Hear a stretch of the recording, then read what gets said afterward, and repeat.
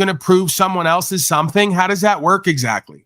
It because doesn't he's the matter. one that's always talking about that stuff. It doesn't matter. Don't you get it? They're not going to honor that. That's where we're at in reality.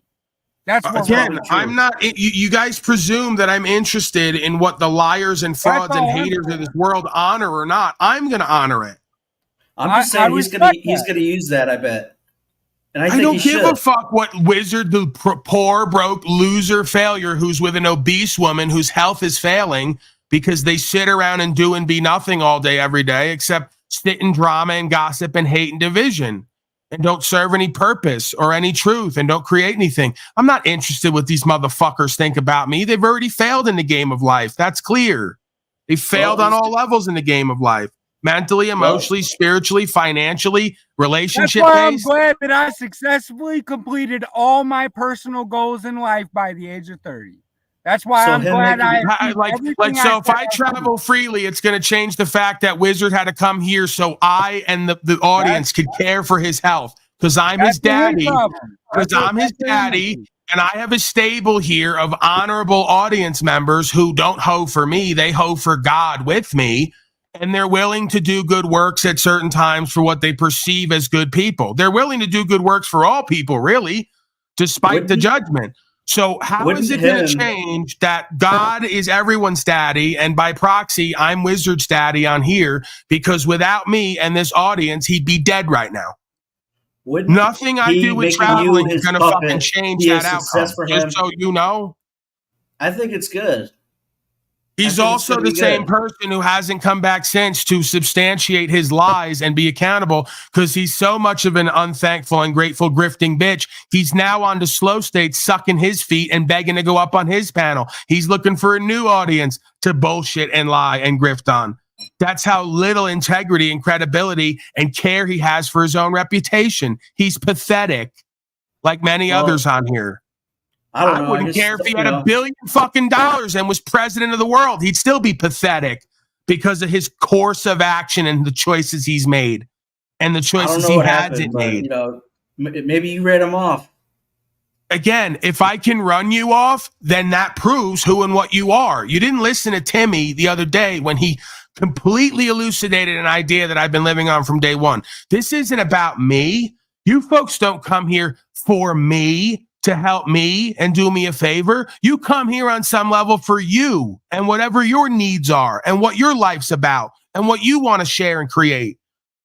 So at the end of the day, if he wants to now twist and turn and act like he was doing me a favor by coming here, he wasn't. I didn't need him here. Obviously, he had needs here. All of a sudden, those needs changed when the accountability time came. This is why folks are alone in their life and broke and unsuccessful, or with people who they have to accept less by being with, because they can't rise to an occasion of honor, of productivity, of procedure, of loyalty, of even entertainment. He's going to take your success or failure in this travel thing and use it as a success I don't in his care. life. He's already a failure. What don't you get about, I'll get on here so you can look at me when I say it. What don't you get about nothing I do or don't do changes him being characterized as he is, as a poor, broke, delusional loser failure with no value and no network and no community and no relationships worth looking at? But you're going to be his puppet now, though. Well, it's not even that. It's okay, you're obviously like trying to get me to do a bit and to go off more, or like either that, or you're just so fucking like you're so dense that it's one or the other. You're trying to play me, or you're really dense. The more that we present ourselves, level of the DOJ and critiquing that and working on that. Why are two tards talking at once? I can only deal with one at a time. And I was just trying to present my perspective. All right, bro. I want to hear you, but you obviously are talking when he's talking, and he's talking when you're. Someone has to yield at that point. The more that we speak on here, we expose ourselves for who and what we are. Right. And that's why I would just advise. I came on here knowing I'm so sick that I came on here knowing that I will have one option by the end of this because it's a long game. We all get exposed for who and what we are, and we're okay with what we see, or we get exposed for who and what we are and realize, oh my God, we need to change. I'm part of that process. I'm not exempt from that. No one's that good. I can't lie and cheat and act and do whatever and avoid that long term. So it's a dangerous game. Are you willing to play? And Most folks are not, because they don't want their dysfunction and or their outright lies to be exposed and shown. And when they are, they fight and run because they're beat already. And where we're at in the timeline, it is very, very essential that we make critical decisions right now. Yeah, you're going to get put on record. You don't get to run from yourself or this self, which is a replication of you. You can't go to Slow State's panel and everywhere else now and play the wizard game. You know what happened here. You know why. You know it's a you problem that you won't solve. Don't make it a me problem. Take the accountability and change it, or accept who and what you are and what you don't like about yourself, just like Scott Too Fat, and move on with your life and what we do here. They can't get it done. And they don't understand it's going to create more of their impoverishment and their judgment because they're not coming with a pure heart, with a pure motive and living a pure, virtuous, truthful life. They're trying to bullshit other people. And you can't bullshit me, and you definitely can't bullshit your own conscience and that thing it's connected to. So why try? Just I'm stay definitely trying to silent. make it a you problem, because I think that you're putting yourself in a Joe Cool boot on the ground level again, at a comfort and fear, instead of focusing on the DOJ where the corruption actually starts. Can you help him out? He just did the "that's him" thing on me again. He's in a delusion for his comfort and fear while claiming me doing the work on the ground and sacrificing and dealing with consequences in courts is not where the work is done. It's delusional again and inverted. It's the inversion, perversion, the perception, deception. It's a waste of talent. It's not a waste of time. Your life is the waste of. Oh, this is what you and Jack Talcott and all of you need to do. Put up a mirror, look into it, and all the criticism you give to me, give it to yourself, because it'll be accurate at that point. It's not accurate when you project your analysis of you and how you live onto me and then claim it to be accurate. It's not. I'm doing the work that needs to be done. The rest of you won't do because you're too fucking scared. Don't tell me the work is not done on the ground with the courts and upholding rights and the law. It's done with the DOJ and Donnie. You sound like an embarrassing clown and tard, and I'm all for it. I need content. You're it. The Freak. Yo. What would you like to see out of Paul? I don't think he should be a ground soldier again. He's done. He's been there. He's done You that. sound like my mother that I didn't have. If I had a mother, it would sound like you with that mama spirit. You're going to be chasing ambulances again, on the ground and have to go to jail again. Ambulances again for what? Nobody's. Have you seen me for the Paul Road Show slave? Hey, fuck slave. Hey, fuck slave. You're talking about the cast. You're talking about the castrated again, not me. There is no past it or beyond it or behind it. It's a state of beingness. You're free or you're not. Starts inside, extends outward. You have to live that way for it to be the case. It doesn't matter what the consequences are. You'd sound just like the mother I never have with all that mama's spirit. You're beyond that, Paulie boy. Don't live free and die young. Just secure your ass and be a broadcaster and go along to get along. Have you seen me for the last year, ambulance chase? Have you seen me not to submit to somehow now being characterized as a fraud and scared and not willing to travel freely because I went back with Jennifer and have stayed, and I'm not going to bring 2 cars back and choose to move? You don't know what I'm talking about. The point is, you haven't seen me have any interactions in the past year because it hasn't been convenient or practical for me to do what I was doing. When it is, I will. And there's nothing going to change that. There's no past it and beyond it. The day that I stop living this truth, I can't come on here and talk it. When that day happens, the rest can't live it either. So on some level. I've forsaken the cause.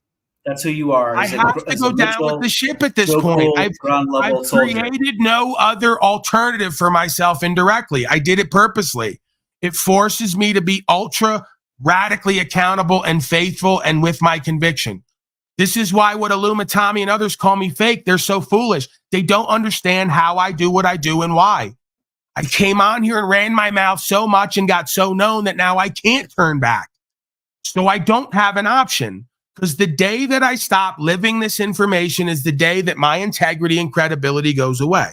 Now, I could get the license and all the stuff and fill out the documents properly and not sign it, and I could potentially walk the middle way and show folks another way to go about this, where I could have those things and not be identified with those things. I've entertained the idea of doing that. But if I was to completely just go and submit, adhere to the code, sign the documents, put myself in their jurisdiction, undo my status correction, essentially, I would not be living my truth and my information. And nobody who has been on this journey with me would take me as credible and respectable. I really believe that and feel that. Can I share an experience? Why do you want to put yourself in a position of arguing law with police instead of lawyers? I'm not arguing law with police. I'm upholding the law. And when policy enforcement charges me, we deal with the courts, either directly or indirectly. Listen, man, I want to share this with you. All right. If you've ever had any identification card or license, okay, and you've ever had it and signed it, okay, prior to knowing what you know, okay, whether you follow up, comply, do whatever, all right? If you go in there without going through the proper process of correcting your status, they are not going to allow you to sign your own signature and put, you know, the ARR on it or any of that, unless you go through the full process. I just want to share that with you. Again, you can say that. I don't know what your experience is on that. But at the end of the day, this is practicing law, and nobody in an official position can give you legal advice that you're not willing to take. So I will go to any installation and I will take out all those contracts, and I will not sign any of them just to get the documentation on record. And you can't compel me to sign that documentation. You're there to perform a service. The service is creating these documents and these credentials. You will create them. You will distribute them to me. I will decide how I will sign it or not, and you will put it on record as is. That's compelling folks to do their obligation and their duty without them coercing you into some standing you don't wish to be in. So I've done it before with notaries. I've done it before with many folks. That's what I was just going to say. They're not going to do what down to the notaries. That's the corruption. Yeah, the point is people are people first and foremost. And if they think you're doing something, they're not going to comply with you. So I have to remind them, your duty here is not to make legal determinations on me. You're not qualified for that anyway. You're not an administrator. Your duty is to formulate these instruments and these documents in the proper process and procedure and fashion, and I will decide how I intercourse and interact with them. That is my free choice. You will not coerce me and compel me to make a legal determination outside the realm of both of our understanding. I'm here to be a lawful man. If I have to fill out those paperworks with the name of the trust, first and last name, all caps, and a social security number to generate an instrument that I can use to secure my beingness without taking on the liability and obligations of the contract, that might just be good sense to keep the cop from blowing my brains out on the side of the road. Here you go, sir. Here's your license and the rest of your crap. The only difference is I'm not willing to pay for it. You're going to have to generate me a certain document for a certain standing, and or I'm not going to sign the contracts and obligate myself with those liabilities in that status and standing. Ultimately, whether it's a complaint or a contract, the burden of that's on them, because you're trying to present yourself as you. Listen, bro, you really want to get down to it? I said it, and it was in the intro today. You think that I wasn't speaking from my heart on some level? There's different aspects to me, but ultimately at my core, I've overdosed twice, bro. I was supposed to already be in prison and dead. The fact that I'm not is nothing short of a miracle, and to me is evidence of a purpose and a process that I'm here to take on. If I have to go to a 180 like the Castro, I'm still way ahead of the game. I know folks who were involved in different things in the past who are still in prison for 10, 15, 20 years. I'm way ahead of the game. There's no other way to see it in faith.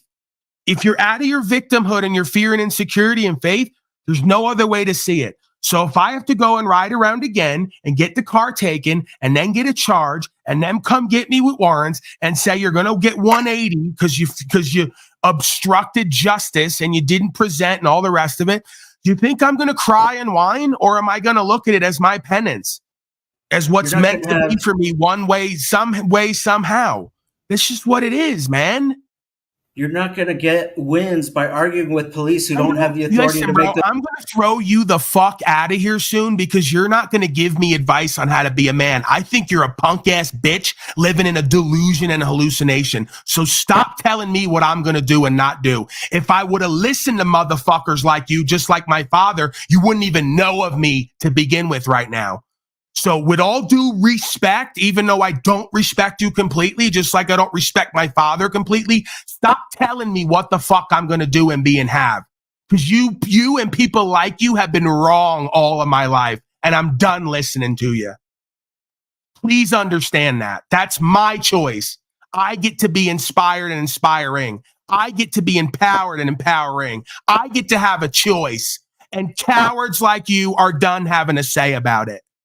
Respectfully, tell me about what a fucking win is when you're already a loser in life. You wouldn't know what winning is, motherfucker, so don't talk about it. I'm just looking at the landscape, Paul. I don't give a fuck what you're looking at when you can't see, feel, and hear. You're wasting everybody's time. And you're projecting onto something that's bigger and better than what the fuck you're doing and being and talking. So leave it alone. You wouldn't know what the fuck winning and co-creating looks and feels like because you're in the sense of it, you're in the face of it, and you're rejecting and rebuking it. So you're ignorant and arrogant. And when I look back at you, I don't see and feel the same. So respectfully, know your role and your function and position, which is to be a bitched up slave and do what the fuck you're told to do and hope Jesus saves your bitch ass over the next 2,000 years. I'm walking a different walk. We're not equally yoked. I just don't think you're going to get a win arguing with a policeman who doesn't even have the authority. You just don't think. You could have stopped right there. And more importantly, you don't feel because you don't have a heart to get the sense of what I'm talking about. And that it's beyond this incarnation in this world. You just don't have it. All right, you've decided. So keep claiming to know God, keep claiming to know truth while you keep voting and paying your slave tax to have a Christed consciousness enslaved and genocided. Whether it's in the form of me or any other incarnation here. Keep doing it. Synagogue of Shaitan, Babylonian infidel. I'm all for it. I don't hate you. I just hate what you do. And without what you do here, I wouldn't become the man that I am and the man I'm becoming. So I thank you for your darkness and sickness and twisted ways. It's been a great servant to me, the darkness. The freak. Yo. These are all divisive paradigms to put you in a box and title you. And if you even do get close to finding the way, whatever that is, they're going to crucify you, persecute you, and get rid of you. It's very simple. You know, some people walk that walk to the fullest. Some people walk that walk in different matters, ways. I mean, it's a journey. You know what I mean? It's a way of life, a student of life. You know what I mean? And it's definitely a death cult that controls this reality that we're in. That can't be denied. I mean, no, I don't deny that.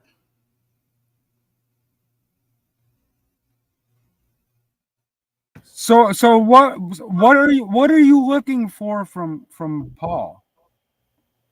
Well, today specifically, I had that conversation with him about Jack and how he feels about him, and maybe a lot of different things. And then he wanted me to come up and explain why I think Donald Trump is the best vote, and I tried to explain it to him. And that's the problem. Of course, I'm wrong.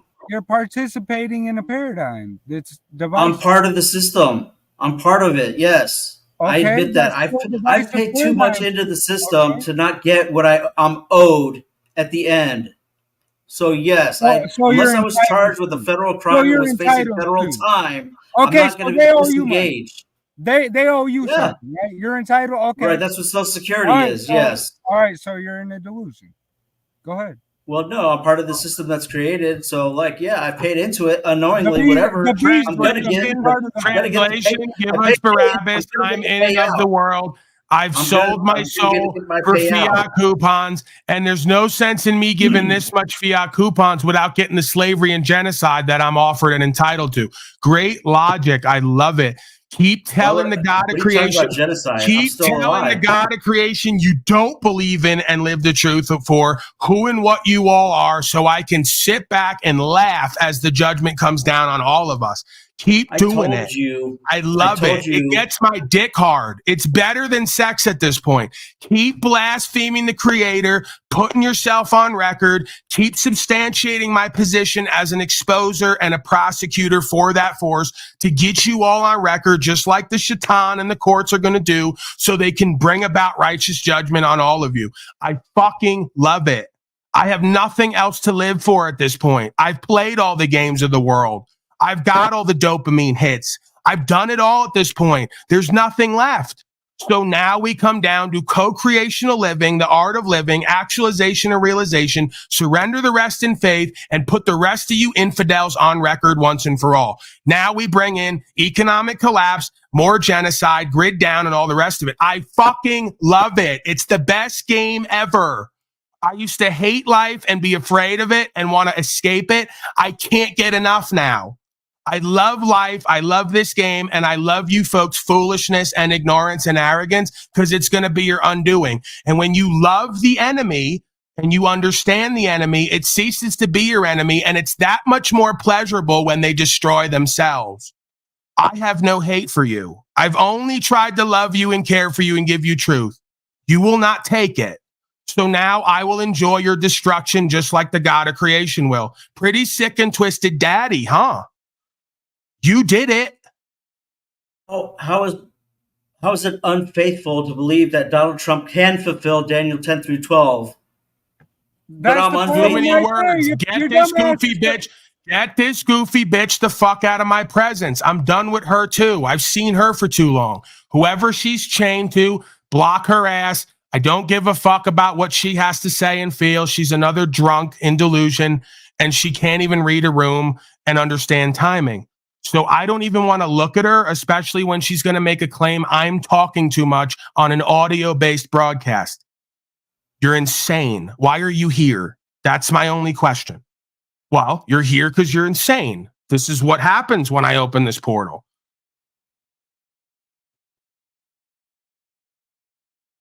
So you're still stuck in a device of delusion, the freak. I would ask that you go back. Link slave in their confusion, right?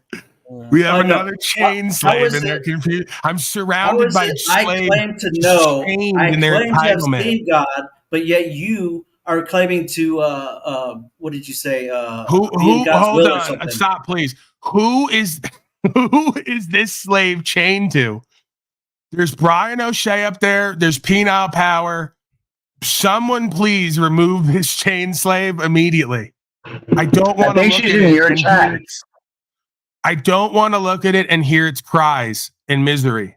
Just let the slave be a slave and expire in its self-chosen suffering. I don't want to hear its cries. Please don't subject me to this inhumanity.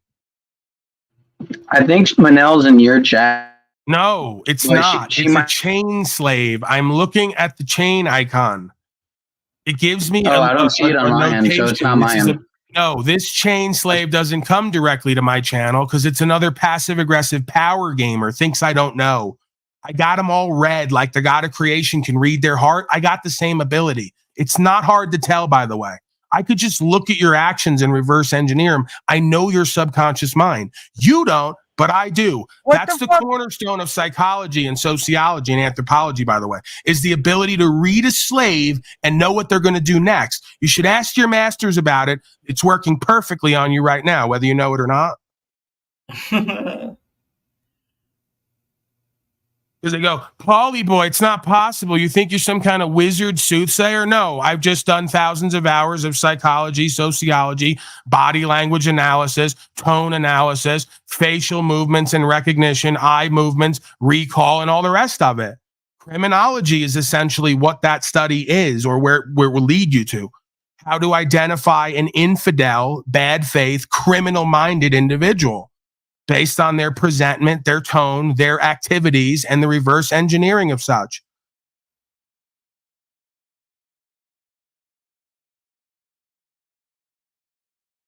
They say and now the freak is doing it. He's got 5 messages in the chat when he's up here and can just speak.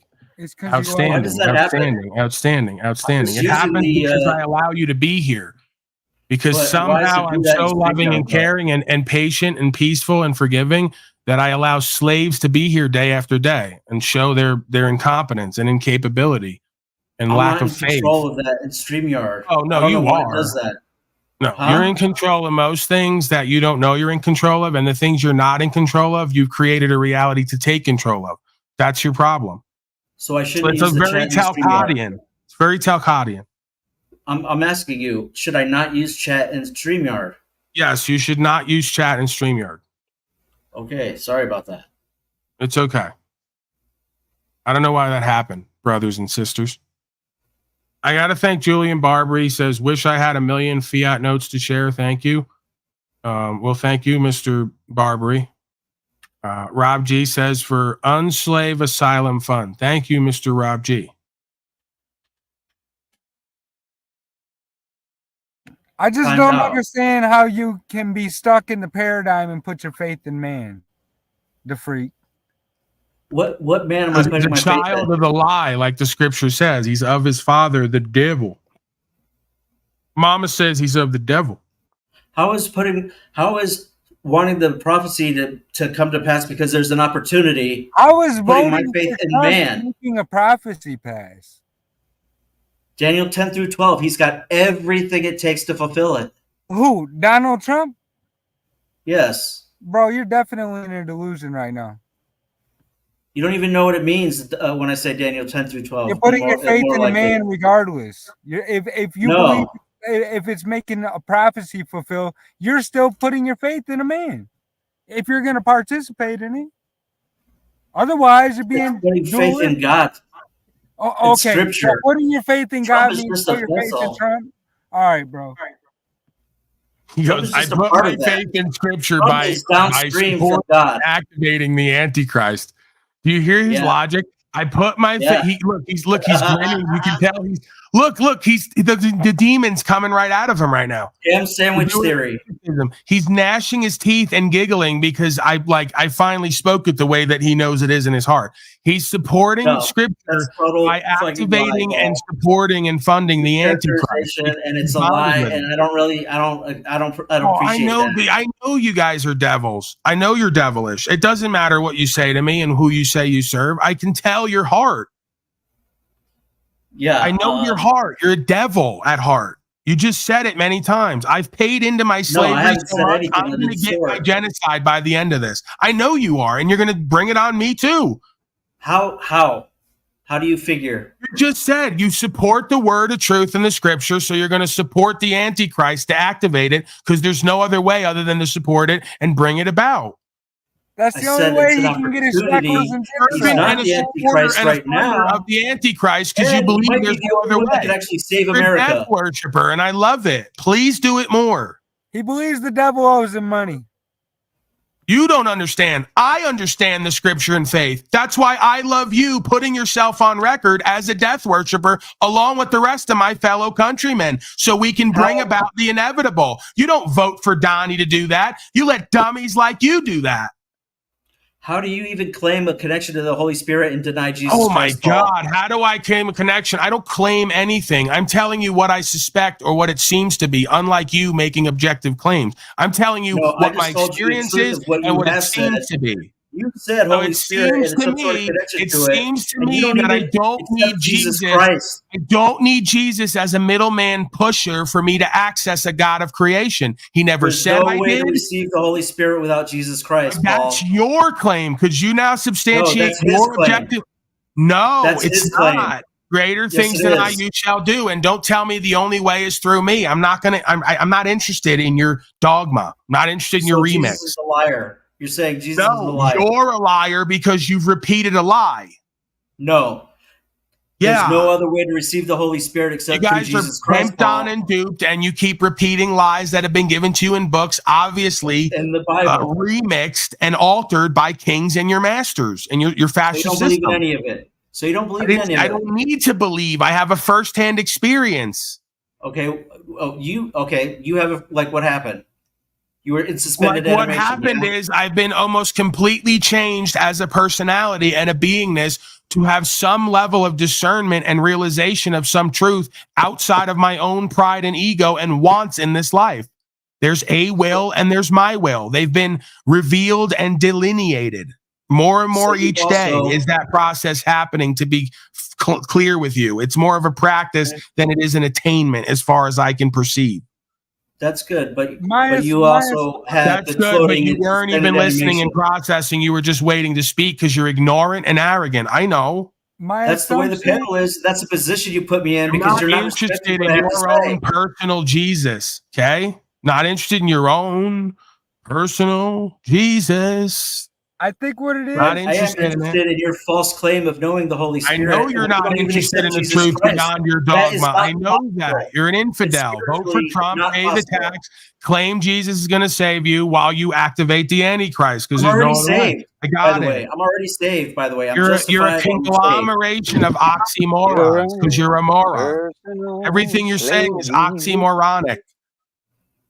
Well, then you're not very intelligent. And yes, I am more intelligent than you because you're not going off of scripture or what it says or what Jesus said. So I get that. I get that. You're a genius. You're lighting the world on fire. It's obvious. I've completely outmatched myself by getting in this conversation with you. It's clear you have way more knowledge of self, knowledge of the universal dynamics in the system, and you have way more solutions on what you can do and be, and we can all do and be to solve our problems that we face. I totally get that. I was mistaken. Does that work for you? No, because you're still going to go out and because you know it's not true. And even when I try to bullshit you, you're aware you're bullshitting yourself. So it's not going to work. I know. No, We're going to have to take it deeper. You're going to have to take it deeper with your passive aggressive power games where you really get me to submit to your nonsense. And you're going to argue law with them, and they're not going to do anything but throw you in the bin. And you're above that, in my opinion. But maybe I'm just having another Jack Talcottian delusion. Yeah, you actually are. It's because I just said that. If you actually just shut up and listen, I know you better than you know yourself. I know that sounds like an arrogant claim. No, I'm saying that I can see beyond your arrogance and ignorance into the true you and the false you. You can't see past the false you because of that arrogance, ignorance thing. So I know it's a tall claim to think that someone could know you better than you know yourself. But I think that I'm onto something here with a lot of folks. Tell me about your suspended animation, Paul. My suspended animation. And why is not this quite sure where you're? Yeah. Not quite sure where you're going with that. You said you had a personal experience. I'm assuming that was when you overdosed twice. That means you were in suspended animation. Why are you assuming and presuming things? Is that what ignorant, arrogant people typically do? Yes, they do. So I'm wrong? Yes, you're wrong. It wasn't the first time today, by the way, if we're keeping count. So then what was your personal experience then? Are you actually interested in hearing my personal experience, or are you trying to look for me to talk so you can wait to speak, think of the next thing you're going to say, and try to get me in a gotcha? No, because you saw we had a good conversation about Talcott earlier. I thought this was actually productive today, but I'm still leaving timed out in your chat. Okay, so you're a victim now. No, I'm just saying I think it's whack. Right. What made you think that I really actually care about what you think?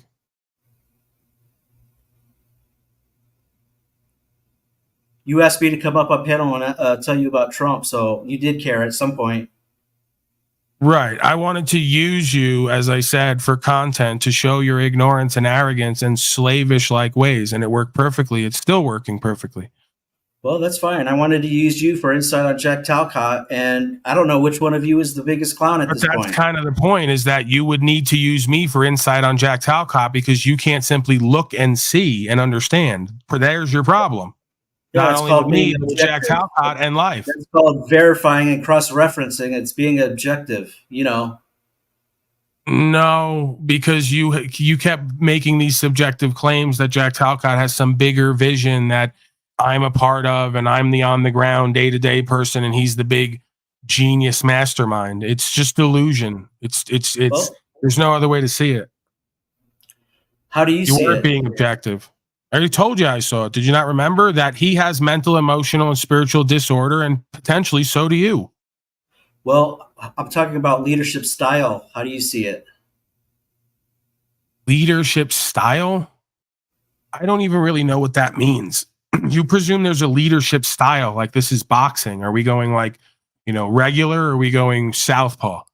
Like there's a man and then there's not, right? So typically, like if you're a man and you adhere to certain principles and values of a man objectively throughout time, then you tend to have, I guess, your own style of personality in the way you do that, but the leadership style doesn't change.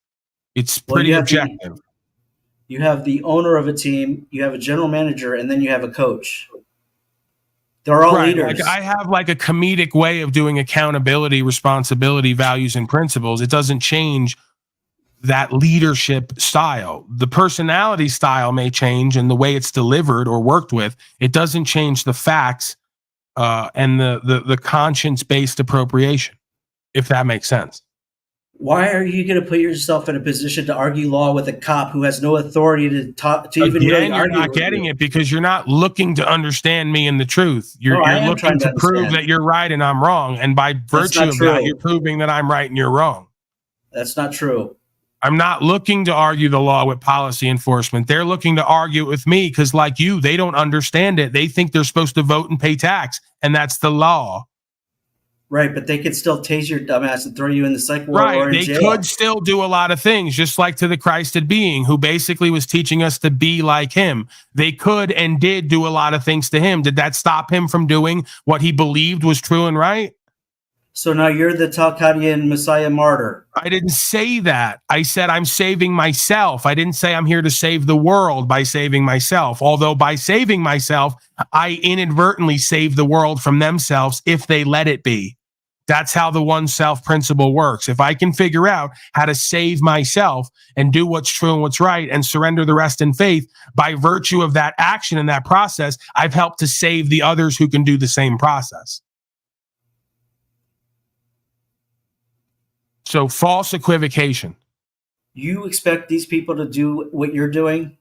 I don't expect anything. That's the modality of a slave like you who's constantly in confusion, chaos, and suffering. I don't expect anything. With expectation comes disappointment. I just do what I'm doing and speak my experience and try to surrender the rest as much as possible in faith.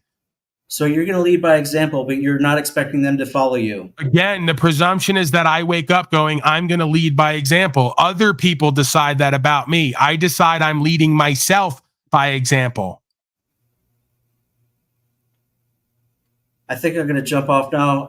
Am I welcome back, or do you want to talk to me again? Or what makes you think that you're not welcome back? You think that I do what you and the rest of the people of the world do and hold grudges and project my dysfunction onto others and then make judgments and bring consequences to folks for just being foolish and naive, duped out, rejecting, ignoring, and arrogant? No, that's your judgment already. Why would I punish you double time?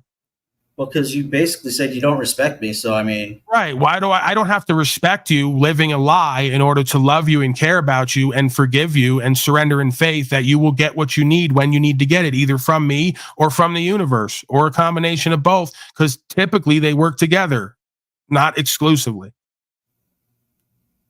Yeah, well, I do respect you, I thank you, and I'm just going to hop off now. I appreciate you being open to this experience and allowing me to present the way that I do and seemingly not holding a grudge. If you are, I'm not detecting it. So I appreciate your grace and your humility. There has been a bit, as I say, of ignorance and arrogance, but that seems par for the course. When we do the same things over and over again, and when we're born into a system, it's all we seem to know and have. So we cling to it. And seemingly part of my job or my process or my obligation as a facilitator is over time to break down that resistance to the life on life's terms presentment, to take in what is rather than to exist in what we want to be true and ignore the rest, right? So forgive me if I've been abrasive and obnoxious and a bit presumptuous and assumptuous myself, but I almost need to do that to do what I do. And I almost need to shake folks up and challenge their sense of self in order to get us back to what I believe to be or what I see to be for myself and others as a more true enough perspective, right? So I'm not necessarily here to get you to feel bad about yourself. If anything, I'm open to you feeling bad about the way you're living and what you're doing, which of course can be changed. So what's the offense? I wouldn't do this if I didn't have faith that there was something better there for you and myself and the rest of us. So just so you understand what I'm doing and why I'm doing it, regardless of how I come off at times or how I present the facts as I see them. Yeah, it's fine. I'm fine. It's been a great broadcast, and I really, really, really appreciate your candidness about Jack Talcott and your insight there. So I really don't have any other choice, man, other than to be as real as I can be and be as authentic as I can be and be accountable when folks bring something to my table that I need to look at again. So I'm here for it, Excellent. man. Later on. All right. I appreciate you, freak. Your thoughts, Penal Power?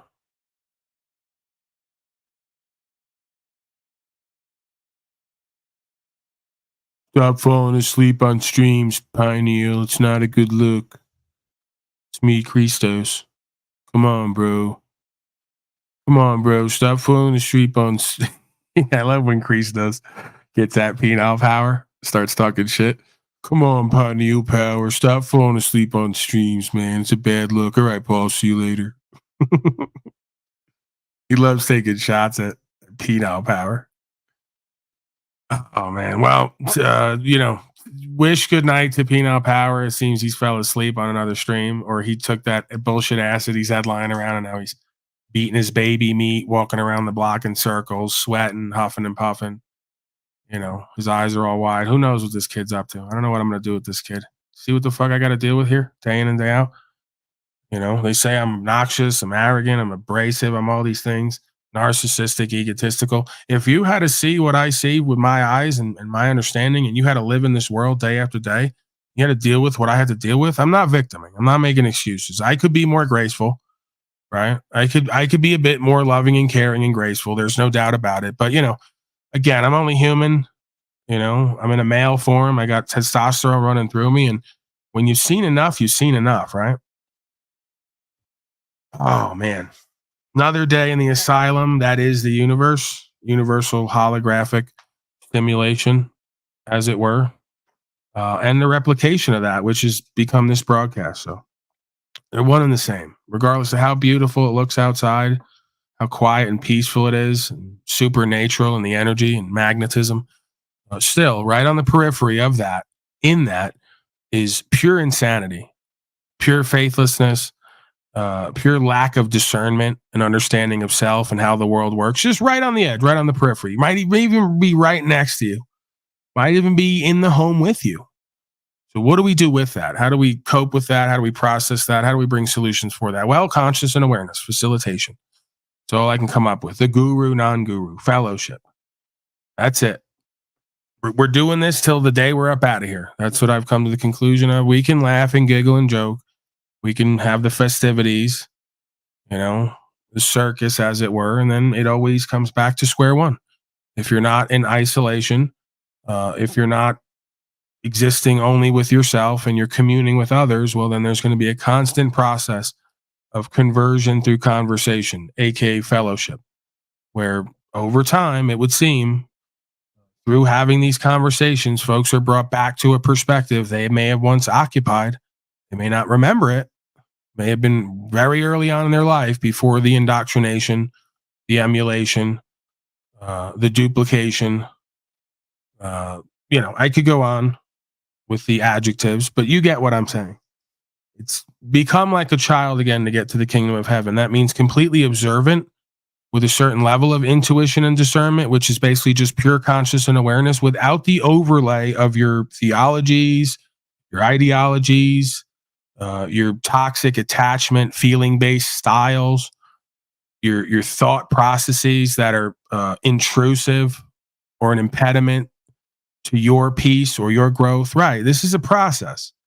This is like the undoing, what some might say, of mental, emotional, spiritual illness without the use of psychoactives, or at least conventional orthodox psychoactives, right? Because a component of this process may be the use of cannabis, ayahuasca, other quote unquote hallucinogens to kind of, if nothing else, show folks a different vision, a different perspective of different reality that's a bit more real than this sanitized, mundane, mediocre AI overlay you call culture and society. Turns out when you get more in touch with the real reality, it's a bit less real than the lie that we're living.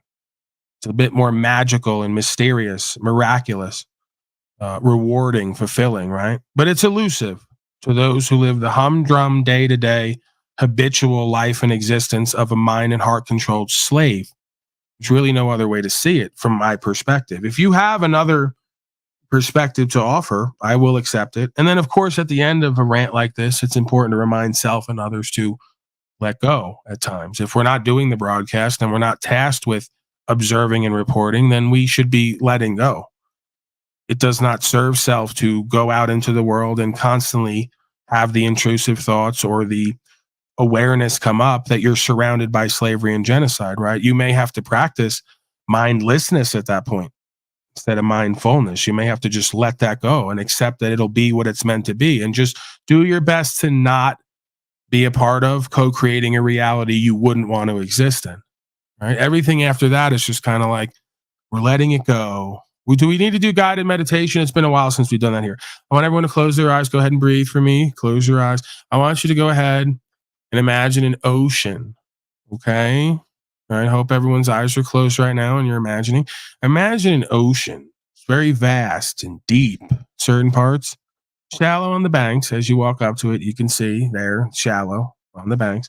But as you gaze off into the yonder, you can see the ocean gets more vast and deeper and deeper and vast and deeper. A lot like Cynthia's cavernous vagina. Okay, let's get away from that. Get away from that and get back to the ocean. Just see that ocean right out there? You're visualizing with me?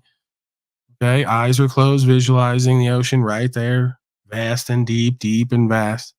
And I want you to go ahead and notice that if you look down to your left, you can see there that there's a pad and paper, right? I want you to go ahead and pick up that pad and paper, and I want you to write down on there all your fears and insecurities, all the thoughts of slavery and self-doubt. I want you to go ahead and write it down on that big pad of paper there. It's got to be really huge because you're probably filled with insecurities, fears, self-doubts, and justifications and excuses for your own slavery and genocide. And I want you to go ahead now. And I want you to look to your right and notice that there's a glass bottle right there. Right there to your right. You didn't see that walking up. It's a good thing. You didn't step on it. You cut your foot open and got some kind of gangrenous infection. All right, let's get back.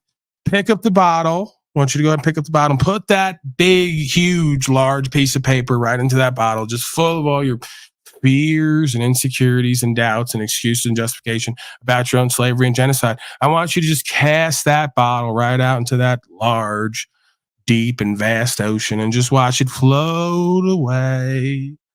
Just watch the bottle just go ahead and float away. And as it floats away, you can just kind of feel your insides lightening.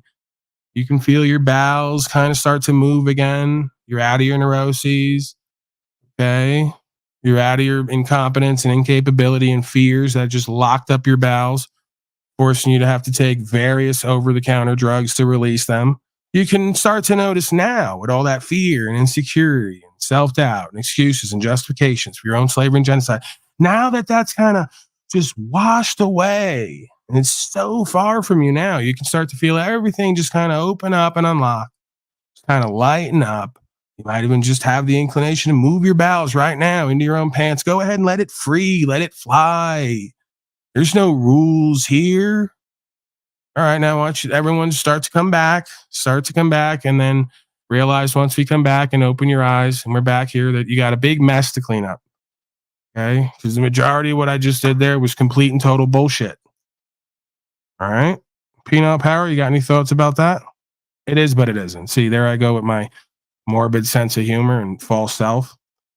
Because there might be some value to guided meditation, right? There might be some value to visualization. There might be some value to going back into one's life and imagining what it was like, and then imagining a different response now to an old and past trauma. So I don't want to completely throw the baby shit out with the seawater. What the hell am I saying? What am I doing? I'm sorry. I'm still in my alternate world there that I just visualized. Really nice there. Sun was out. There was no trash on the imagined beach. There was no migrants. Boy, we can't stand migrants, huh? We're bonding now as Americans. There's no migrants on that imaginary beach. Everyone was pure white. Pure white as the driven snow. That's a beach that you want to be a part of. Am I right, people? Anyone out there? Anyone? Shout out to the Society of Jesuits. Is that what that says? Society of Jesus. There we go. Penile power. Penile, are you awake again? Are you there? Hello? Every time with this kid. Every time. All right, we're a half an hour over. We're 37 minutes over. It's completely, as always, well, it was degenerating the whole time. Let's be real about it. That's what this broadcast is. Broadcast about nothing, and it only stands to highlight the incompetence, the incapability, the intransigence, and pretty much all the morbid and dark aspects of humanity that we regularly ignore. This broadcast is here to highlight that for you people in order to bring some kind of reconciliation and resolution. That is my dedication and testament to you people. I will do that until it kills me, which might be shortly. Living in a very negative world. Power. That's what Jack Talcott has been seeking to reveal to me. That this world that I've chosen to live in, chosen to become aware of, is very morbid and dark and negative. And I could use some more love, brothers and sisters. I could use some more love and light. Oh well. Maybe one day. You never loved me, Dad. Oh, the mic was still on. Okay. Israel reportedly launches strikes in Iran as air defenses destroy drones in Isfahan. I don't know where the fuck that is. Does anyone really?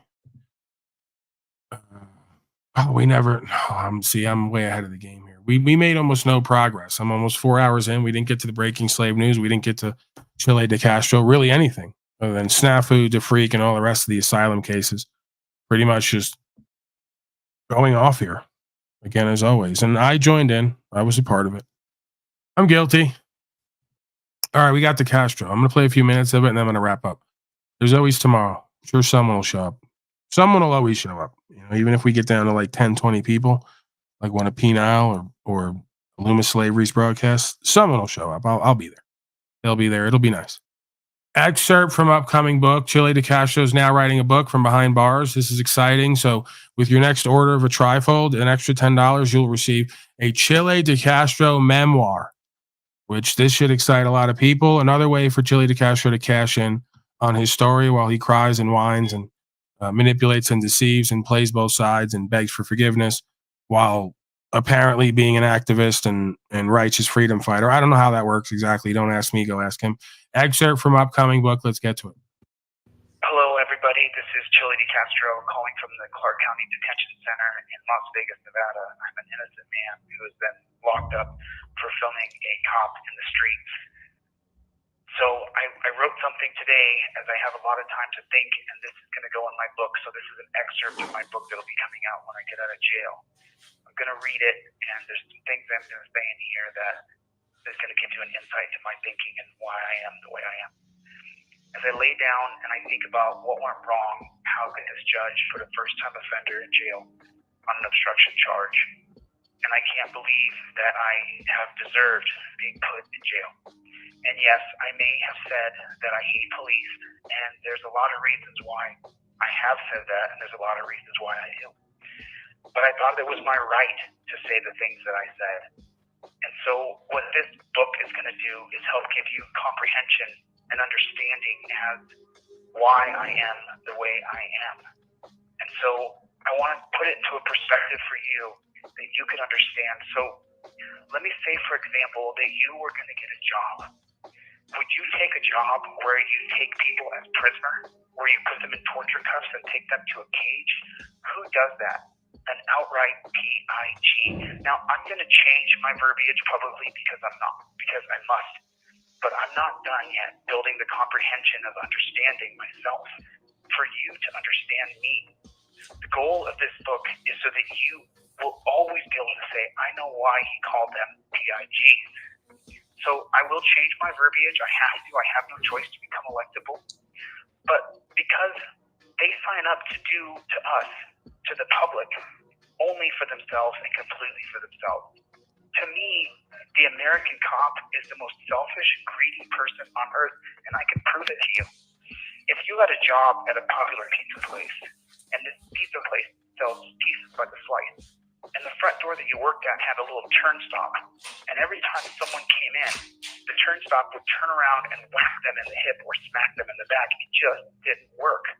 You know the three little bars like in the subway where you walk through it and it flips around? That thing. And so now imagine this. At the pizza joint, after the person pushes through and they get whacked, imagine you would say to them, it's not supposed to be comfortable. Could you even imagine it? Could you even, if they were to complain, whack, ow, ow, ow, this is hurting me, how long would you keep this job? But yet you continue to hear it day after day, time after time, as people get hurt by police with the torture cuffs, them saying, ow, ow, ow. And the worst part of it, the absolute worst part of it, you go into the pizza joint and they stick you in a giant high chair where it sticks you in the ribs and it hurts your back and you're saying, I can't function, this hurts. How long would you keep that job? You wouldn't. Of course, this is a parallel. We're talking about the initial attack and the torture that these people called police in America put on us. And so if you worked at that place where you served pizza and they got whacked every time, you would demand to change, or you would say that they either have to change it or you're going to quit. But what does the PIG and the street say? He says they're not supposed to be comfortable. Torture cuffs are always torture. You cannot apply torture cuffs to a human being and then slip them into a tiny slot in the back of a cage and say that you're not torturing them. Here he goes again. They're doing it again. I'll throw the link if anybody wants to be part of it, but they seem to like the one-man show for whatever that's worth. Freak, you're doing it again. Starts at the top, the DOJ. No, it doesn't. Donnie Trump came out. I'll let you see me while I tell you this so you know that I'm speaking to you. Donnie Trump told you when he came out that he can only do certain things. The rest has to be done by you. He said that. You won't even listen to your daddy. You won't listen to your metaversal daddy, which is me, and you won't listen to your political science daddy, which is Donnie. I told you, and he told you, and you ignored it in your arrogance again. So Donnie folded at some point when he realized if he was ever real, if he was real, man, he folded once he realized, like I have. See, I didn't fold because I realized there's a bigger story going on here. It's spiritual before it's physical. He realized he was surrounded by traitors and cowards, so he folded if he was ever real. He may have just been a dupe from the beginning. So when he came out and told everyone, I'm going to put these certain acts and certain bills into place, and you guys got to do it from the bottom up, and you folks folded like a bunch of cowards and waited for Jesus and Donnie to do it all, you forsaked your power and your choice and the manifestation that leads off of that, extends off of that. You did that. Stop going to daddy. Stop making God do it all for you. Stop making Jesus and Donnie do it all for you. Stop making Paulie Unslaved do it all for you. You're idol worshiping. So if you uphold the law on the ground and you uphold your rights, one person at a time, and hundreds and thousands of people do it across this land, a different conversation's going to fucking happen. It's already happening. You fuck slaves. I got dozens of folks who've come here, said they got dismissals, doing the behavior that they say is going to get you locked up and charged. That's illegal, but still lawful. Okay? So it's already underway. It's already in flux. It has been from the beginning of time. And the only common denominator on every land that allows this to continue and proliferate and or get worse before it gets better is folks' ignorance, arrogance, and cowardice. Stop looking for someone and someone else to be who and what you need to be for this to change. The world is full of good, righteous people. If you can't find one, be one. If you do find one, you're still going to have to be one, because good, righteous people are not going to co-create and do business with scum who won't live for something and stand for something. Get a clue. Okay? So it's not top down, bottom up. It's top down and bottom up. It's going to require everyone in between to establish on record these rights once again by standing on them and living them. If you don't use them, you lose them. See what it says right there? Use it or lose it. This is as old as the hills. It's cliche as any storybook cliche would be. You don't use it, you lose it. So you exercise your rights and the information of creation, or it gets obfuscated and deflected away from, and you get disempowered because you're already disempowered from the inside. So why wouldn't you be disempowered from the outside if you're not walking in the way, the truth, and the way of living life properly? So you can vote for Donnie all day. And then turn around and say he's going to do it while also saying he's the Antichrist. You're in cognitive dissonance 10 different ways.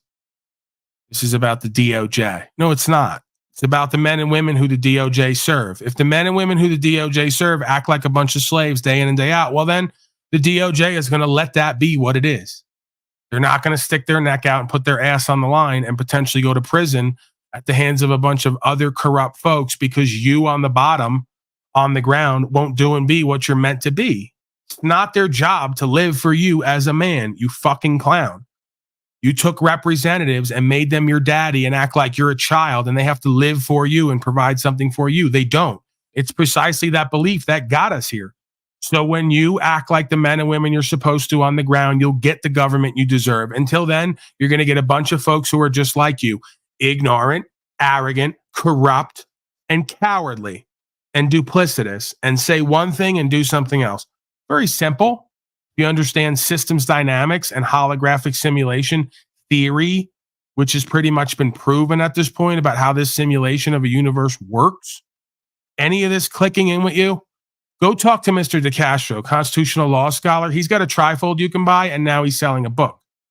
Because, we really, like my father, have to find out who he is and how he ticks. Like, he's so complicated. He's so profound. He's done so much, and he's done so much in such a different way than what we've seen it. No, just more ignorance, arrogance, bravado, false strength, presentment, and more grifting behavior. You're not an anomaly. You're not hard to figure out. Nothing you're doing is mysterious and miraculous or mythical. It's predictable. It's pathetic. It's embarrassing. And it's par for the course. And it's why what I just said is true.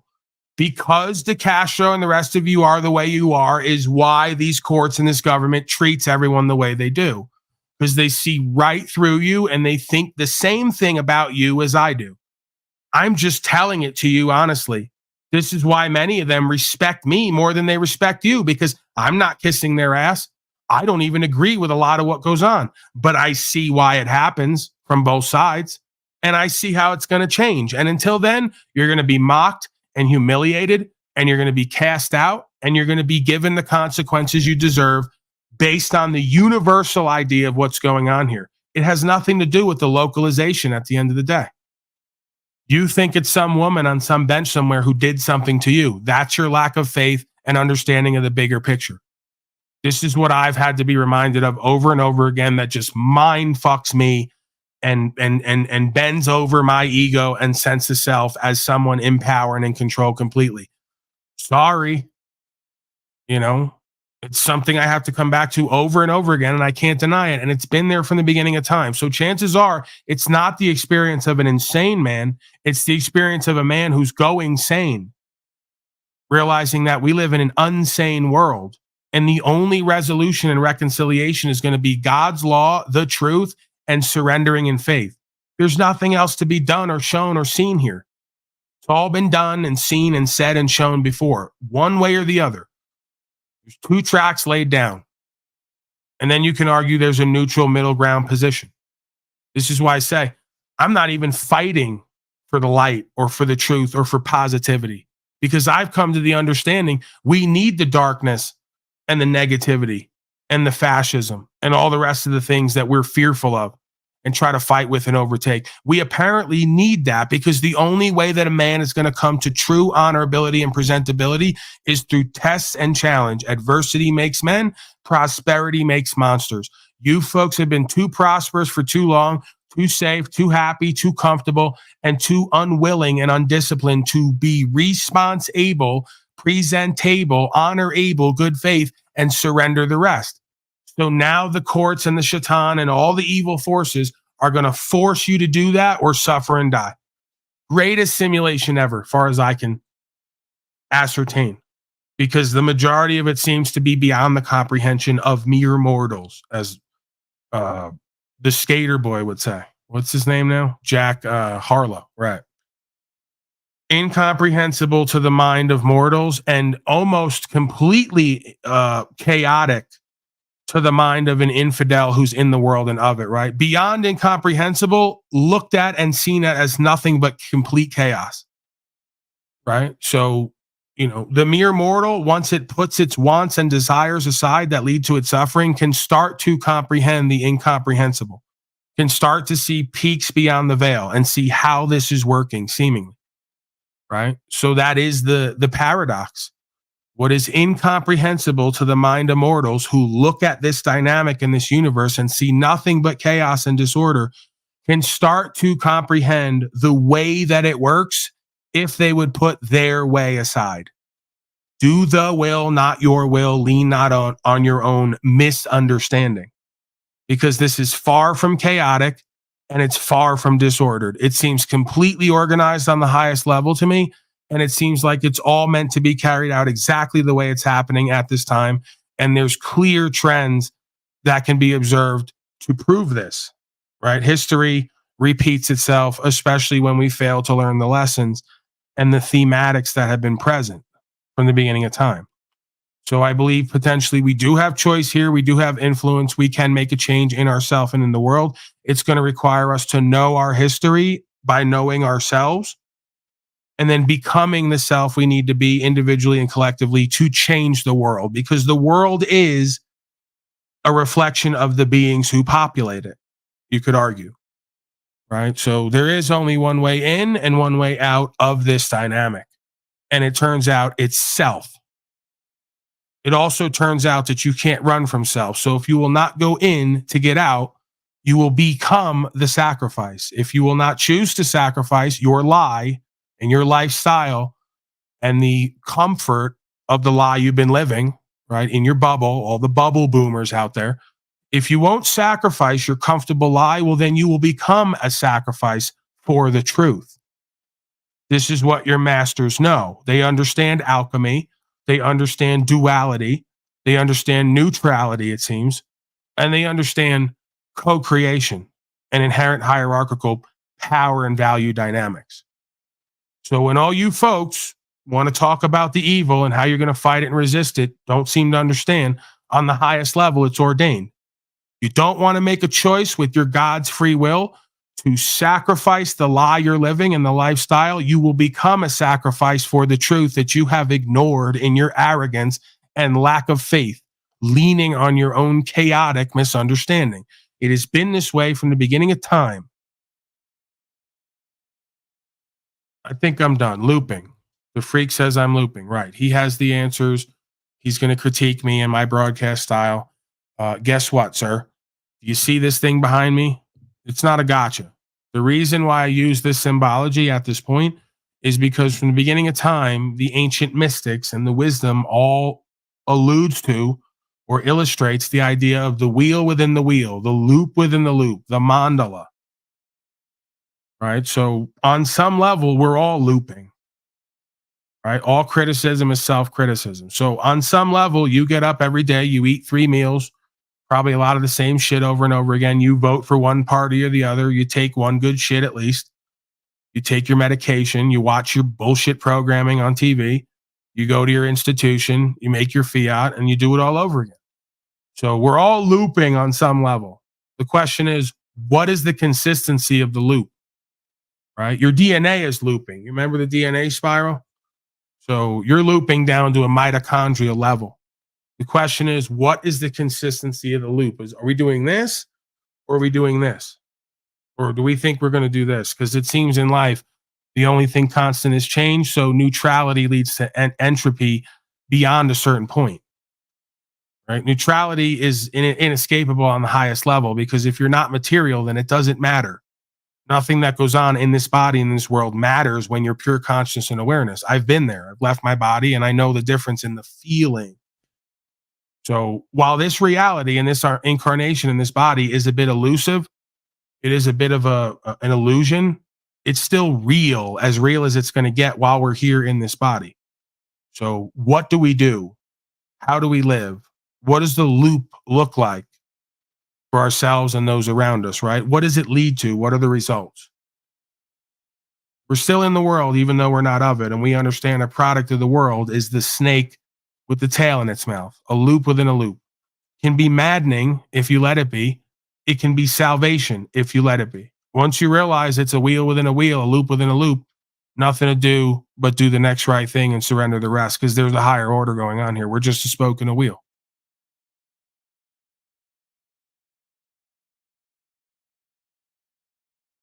There's a reason, though. There's a reason, I believe, why we were gifted a conscience that can know right from wrong, so that we may do the next right thing and surrender the rest. Then we become the living example as much as possible, right? No, it does not mean we have to rebuke our nature and deny that a man is just a man at the end of the day. The best part about that is a man being just a man is made in the image of the Most High. And you could argue the most low. That's what makes it a magical experience. It's a conglomeration of the all that is all. So we don't need to rebuke or deny or go to war with aspects of ourselves on the lowest level, because that's still part of the experience. You know, the taboo, right? A lot of these folks are very neurotic. They're pent up. They're unreconciled sexually and in other ways. So they act out with this overly pious religious dogma, this neuroses, right? This is what I believe is truthfully part of the issue of the human condition. You got a bunch of folks who want to go to war with themselves and their lower chakras, the lower aspects of self, and they want to hold up higher self like it's the only thing in the experience. And this leads to their dogmatic cults, overly pious presentment, rigidity, lack of fluidity, neurosis, and essentially a living dead-like creature, a creature who has never really begun to truly live, because they've always been broken, infatuated, unreconciled, and clinging to some coping mechanism to try to understand what it is they can't understand. And what we know human beings can't understand, they usually try to fight and run from. So that leads to the idea of human beings hating themselves in the modern day, drugging and alcoholing themselves to death, hating themselves, right? Fighting themselves. Or the other side to that component with the same tools is escapism. This is the core of what we understand as psychology, sociology, neurology, the idea of fight or flight mechanism. So you'll see it over and over again here on these panels. As soon as someone is confronted with the truth of life on life's terms, they want to resist it, fight it, or run from it. The same way they do every day in their life. Because we are who and what we are in anything we do and everything we do. That's another thing folks don't want to accept. I'm a professional. I'm successful in this venue. Look at what I have and what I've achieved. Right. But show me the way that you've done it. Show me what you've had to do and not do in order to get it. Right. Show me the parts of yourself you've had to ignore, cut off, or dishonor in order to be and do and have that. At that point, it doesn't matter what you've been and done and have. You've had to sacrifice your true self in order to get it and be it and have it. That's from the beginning of time what they've taught us as the infidel behavior. Doesn't begin or end with sexuality, doesn't begin or end with your profession, who or what you choose to serve day in and day out, right? Carries over into every aspect of our beingness in our life. Honor who and what you are, your nature and your higher self, lowest and highest self, and allow them to work together directed toward a goal or a realization and actualization of how a man or woman is supposed to live, in quotes, based on what the creation has ordered, not what a dogmatic culture and society has ordered. They wonder why they're seeing so much uptick in addictive drugs and pornography and all the rest of it, because folks have failed to reconcile their unconscious mind, the subconscious mind. And what you fail to address and reconcile will at some point overtake you as an individual and a collective. So, you know, we see the swings of history. Soon we'll be putting pants on pianos again as a aversion to sexuality that has become deviated or perverted or hyper expressed because it has been oppressed, repressed, depressed, and unreconciled and labeled taboo, while also being mainlined in the culture and on TV. Now we're seeing the blowback. So your masters understand all this. Your masters understand psychology, conscious mind, subconscious mind, and how to literally run a train on the individual and therefore the collective society. Get a whole bunch of people running around, making enemies out of themselves and everyone else, claiming a whole bunch of shit they can't prove, that makes no sense, and then hiring someone to effectuate a resolution known as a politician. Fascinating. This is what I'd like to talk about more. I'd like folks to come up here and address directly the idea of mind and heart control and psychological operations. Then step back and realize how much you've been subjected to this and how much it's correlated with your beingness and your life path, because I suggest it's all there. Scary reality to look at, I know. A reality seemingly we're going to have to look at if we want to transcend it. Oh, I better stop. Paulie's preaching for the devil. That's what he's doing now. He's saying that sexuality shouldn't be deemed taboo. We shouldn't go to war with the lower aspects of self. We should just reconcile it all, conscious and subconscious, higher and lower self, and direct it in the world without being of it toward a co-creational, communal dynamic that works based on the form of creation, not the form of culture and society and the religions that extend off of it. Who or what creates all that, I guess we'll never know. You know, I'm sure it was a bunch of individual random personalities who thought all this crap up and proceed with it invariably from the beginning till seemingly the end of time. It's a lot of coincidence going on here. And now I'm preaching for the devil, so better stop that immediately. I don't want to catch more judgment, condemnation for daring to accept aspects of myself that are present in all other selves that they wish to ignore, lie about, or oppress, repress, and depress, leading to dysfunction and acting out. I should get back to that. It worked so well for me when I used to do that. I just went on heroin, you know. I had no ambition or motivation to co-create anything or be creative or like run a business. I just oppress, repress, depress, cut off aspects of myself to fit in and to feel like a righteous man and be absent to the toxic guilt. And I just go on heroin. Just kind of, you know, if you're not going to fight the aspects of yourself and go to war with it, if you're going to oppress, repress, and depress, well, you got to have something to numb out the pain of knowing that you're broken and infractuated and not a whole self, you know, because your culture and society and your family and friends won't let you be. And then they'll say, Paulie must have some deep, dark skeletons in his closet. Is he doing love is love? His friends and family won't accept. This is where snafu comes up. It says, Paulie boy must have been fucking children.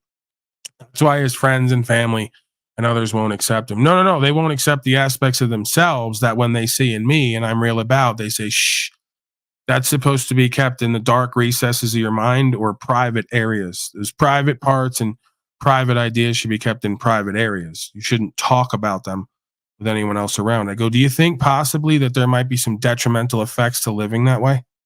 Just completely denying aspects of all of us that we engage in day after day, but won't talk about or address directly because we're too guilty about the way we're created. They wonder why so many folks on these panels, including me, I'm sure on some level or at some point, suffer from so much neuroses and depression and anxiety and self-doubt, fear and insecurity and toxic guilt and codependency. I could go on. We're already 4 hours in. I'm rambling a lot here. I'm doing stream of consciousness. You know what it is? You guys need more Chile Castro. Daisy May, Paul doing Paul right. That's who else would I do? What else would I do? Would I come on here every day and do you, be slow state, be Illumitranny, be slave cotton? No, I do me and then they replicate what I do, not the other way around. So yeah, remember how we came into this? Day one, I just sat on here, turned on the camera, and I rambled for like 2 hours straight. Stream of consciousness. Whatever the fuck is in my beingness, whatever I experience, you know, whatever I can present that I believe has some entertainment value or informational value.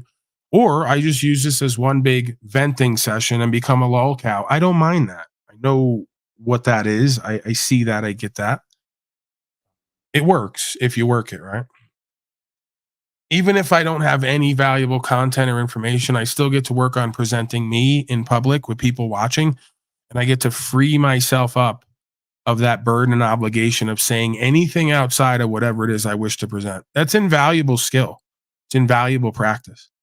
So if nothing else, I will use this platform for that and that alone until it's no longer valuable for and to me.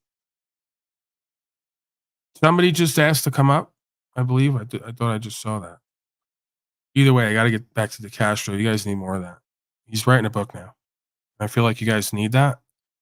You know what? I might just buy 15 or 20 Chile DeCastro books and hand them out here. Just giveaway. We got to do a giveaway at some point. It's giveaway season. It's festival season, giveaway, raffle season. We might have to raffle off with one Metaversal ticket, non-ticket. You get a chance at receiving a Chile DeCastro memoir book, right? So this is like normally a 15, 20 at least. No, wait, you know what? This is invaluable, really, to me. You know, hold on a second. I know what it says here. I got the card here. I see what it says here. The card says, yeah, it's a $15 to $20 value at least, but to me, it's invaluable, right? So, you know, for a small contribution of maybe 5 pieces of foreplay going forward, potentially, you may receive back a Chile DeCastro memoir, which we're doing a name change now because we feel like if it rhymes, it's more marketable. So it's Chile DeCastro memoir. Locked Up and Crying is what the working title is right now. It's a rough title, Locked Up and Crying.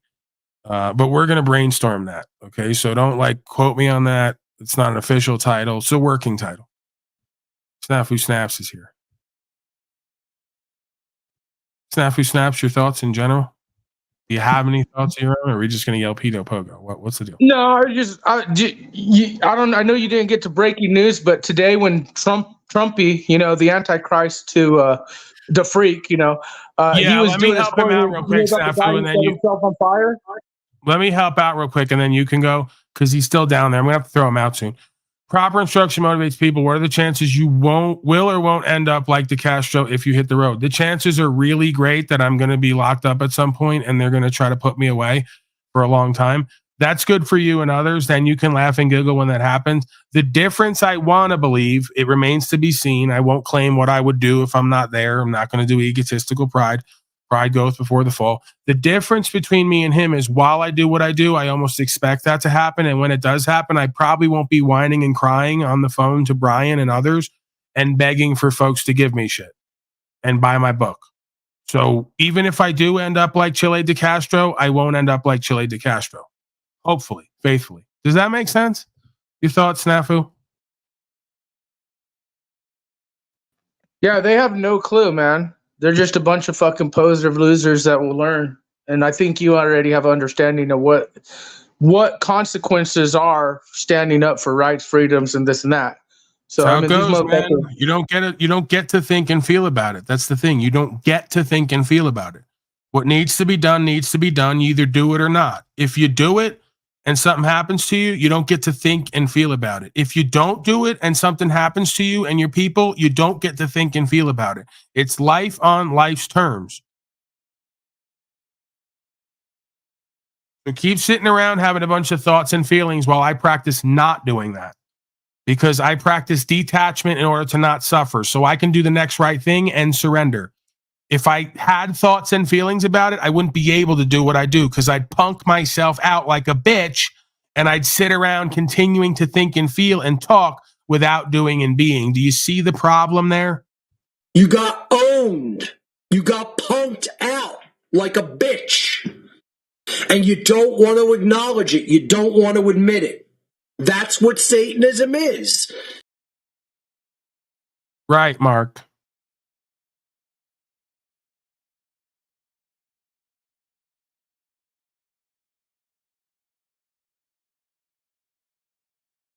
Your thoughts, Snafu, Warthog Creature? We got to wrap up soon. It's been quite an eventful day. I have a feeling they're all going to be like that dude that set himself on fire. They think they're making moves, doing shit, and it's really for nothing. Like no one gives a fuck. No one cares. Right. They're not getting that I'm doing what I'm doing for me.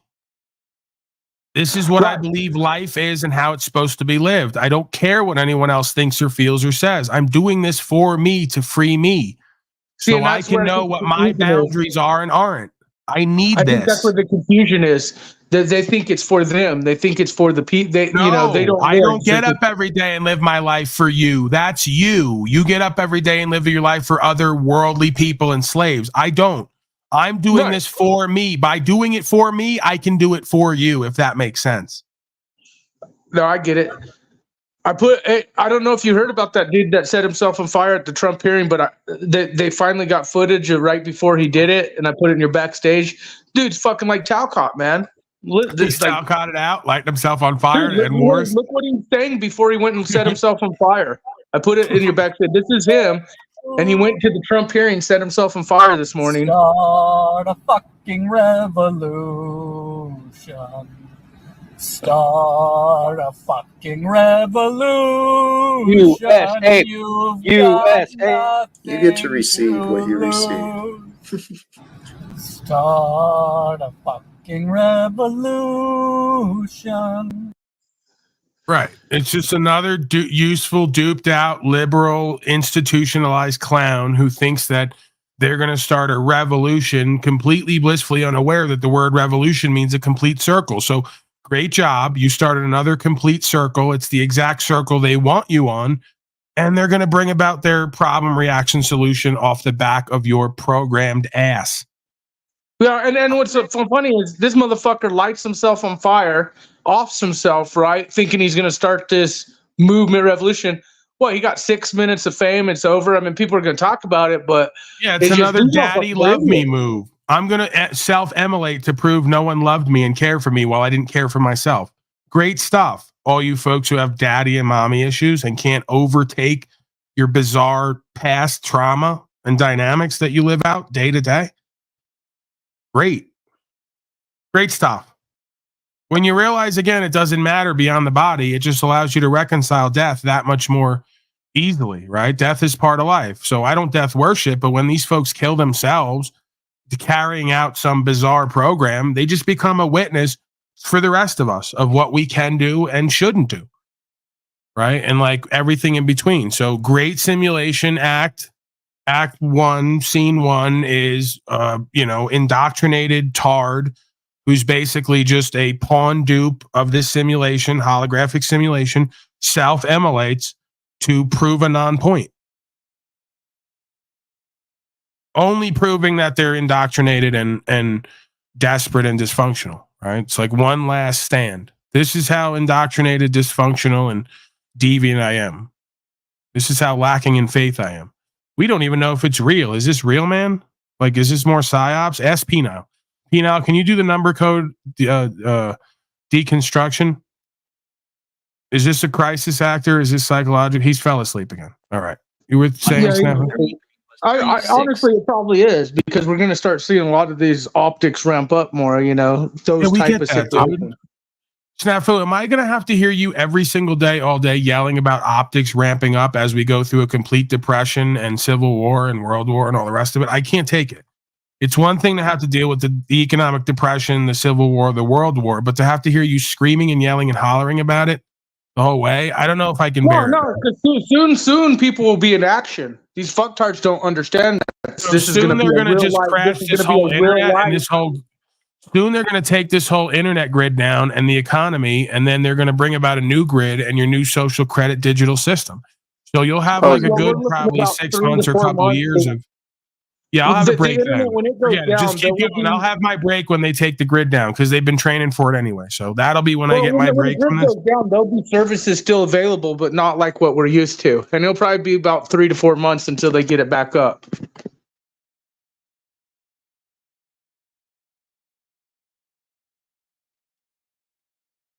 I'm excited.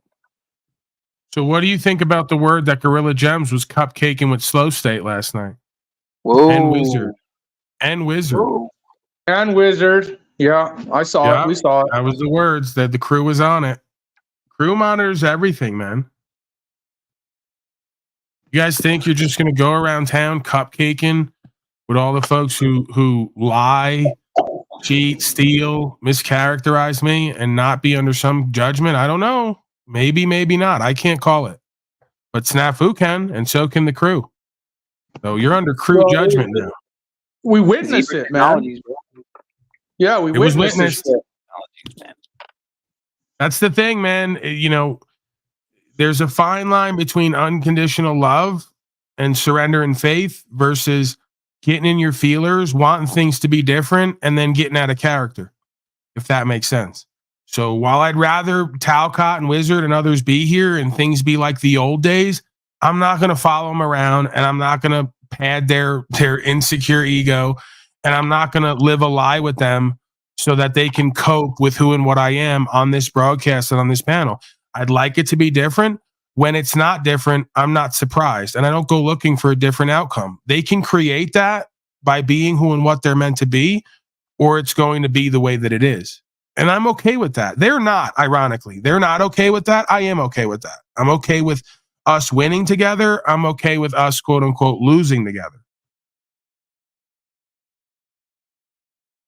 What do you think, Peniel? You witnessed it too. I saw you over there. Not cupcaking, but you were watching. You were monitoring.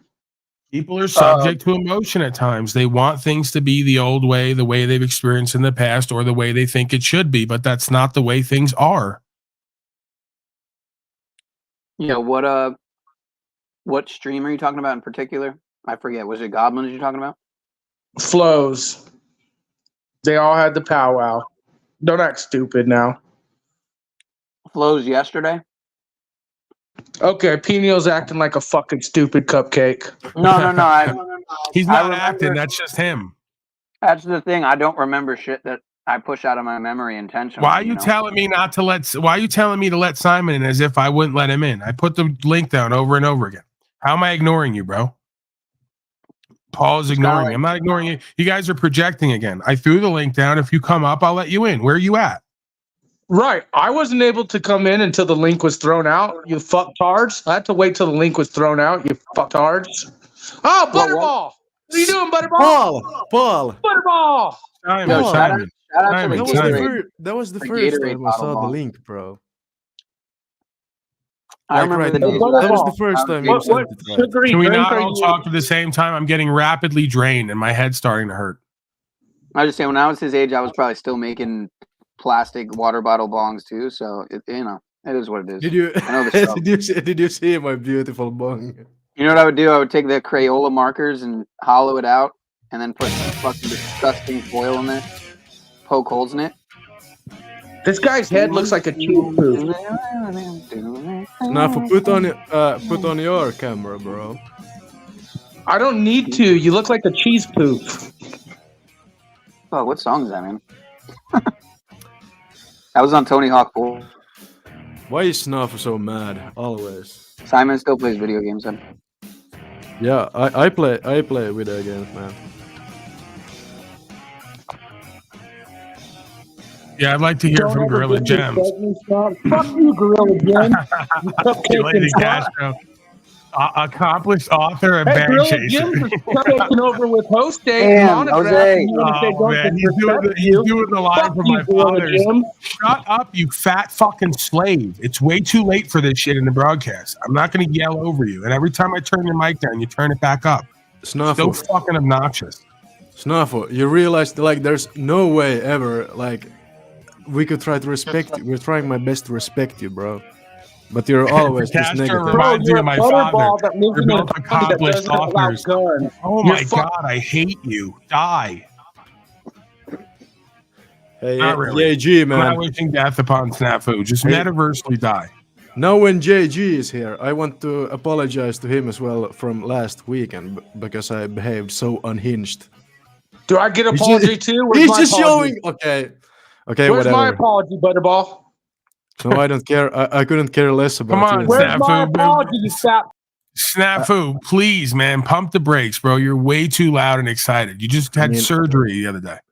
You're screaming and yelling. You're unhinged. Please, rein it in a little bit, man. That's true. I guess that's what steroids do. Hey, yeah, you're steroided out, bro. You're on HGH. You're on the Dianabol, all types of shit. Why are you You on need to fucking dial it steroids? back, dude. There goes Peanut Power now. He got $40 from his aunt, and now he's showing off online. What a fucking loser. Hey, Why is Peanut Snap Power, on snap steroids? snap 007 Cash App. Dude, stop behaving like a fucking. Fuck you, Butterball. How do you say his name, Simon? Snafu. Snafu. Snafu. Come on, man. Hey, you gotta ready love to do some Simon. push-ups on camera? I'll do push-ups on camera if you do them. You ready to get a workout in here at Enslavia? Dude, How many push-ups can you do? I couldn't care less about it. I'll do a workout. push-up 1 for 1. I'll go against him. I'll do one, he does one. I'll do one, he does one. 10 for 10 right now. I couldn't set care up less the about doing a tripod like workout on the Capone camera, does, bro. you know? It's not appreciated, But Snafu. appreciate it. And if it continues, you will not be welcome here. So what do you have to say about that? We can go Fuck swimming. the Tito Pogos. Who is That's what I faster at gotta say. swimming?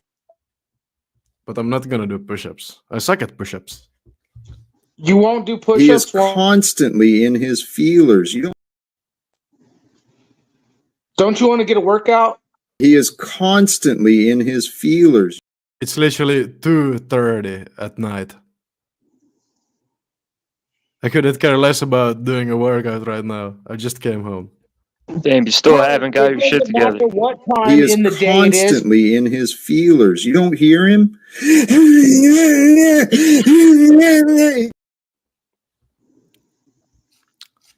Damn, I might just leave if everyone is just gonna talk shit again. Like, no point being here. Let's talk some shit. The freak, you're a fucking punk clown. You get to receive Oh, what you he's a receive. victim. I know what I'm offering. Butterball's a And I'm victim. offering, well, I don't know. Behave like the victim if you're shouting at me, fucking moron. Hey, does your family know you're a coward-ass victim, Butterball? Explain to me how I am a coward-ass victim. You don't even know me as a person. Pride right now. I should go because I'm being made fun of. I should go. I should go because I'm a victim. No, I couldn't care less about speaking to you because You you're not obviously did intelligent care less enough because you made to that be statement. spoken to. You obviously did care because you made that statement. No, I just wanted to say hello, Snafu, and you say, Butterball, fuck you, Butterball, you're so stupid, Butterball. Butter, Yeah, I leave him haven't alone, even said Snafu. You're always attacking everyone. What's your Yeah, problem, I didn't dude? say anything bad to anyone, and you started immediately. Well, listen, I'm trying to cooperate with you. I pulled up the video. I asked you what your fucking problem is. Hey, dumbass. Much alike. Hey, you know what? I'm not going to continue your games. You can either grow up, give me, I'm trying to cooperate with you. I went and pulled the video up. I'm asking you, what are you looking for? What is your deal? Dude, you're missing the point of what is actually happening here today. Over at Flow States, aren't you? Snaps, you're missing the point of what's happening here today again. This is regular. This is a regular thing with you. I just wanted to come in here and say hello. I didn't want to argue with anyone. I'm telling you there. hello, you fucking Butterball. Embrace it. Why would I? Embrace his abuse. Embrace the abuse, Yes. Simon, please.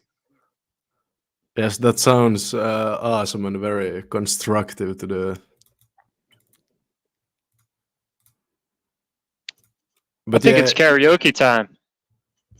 Karaoke? I actually sing, but only in Finnish. But I won't sing here. Fuck that.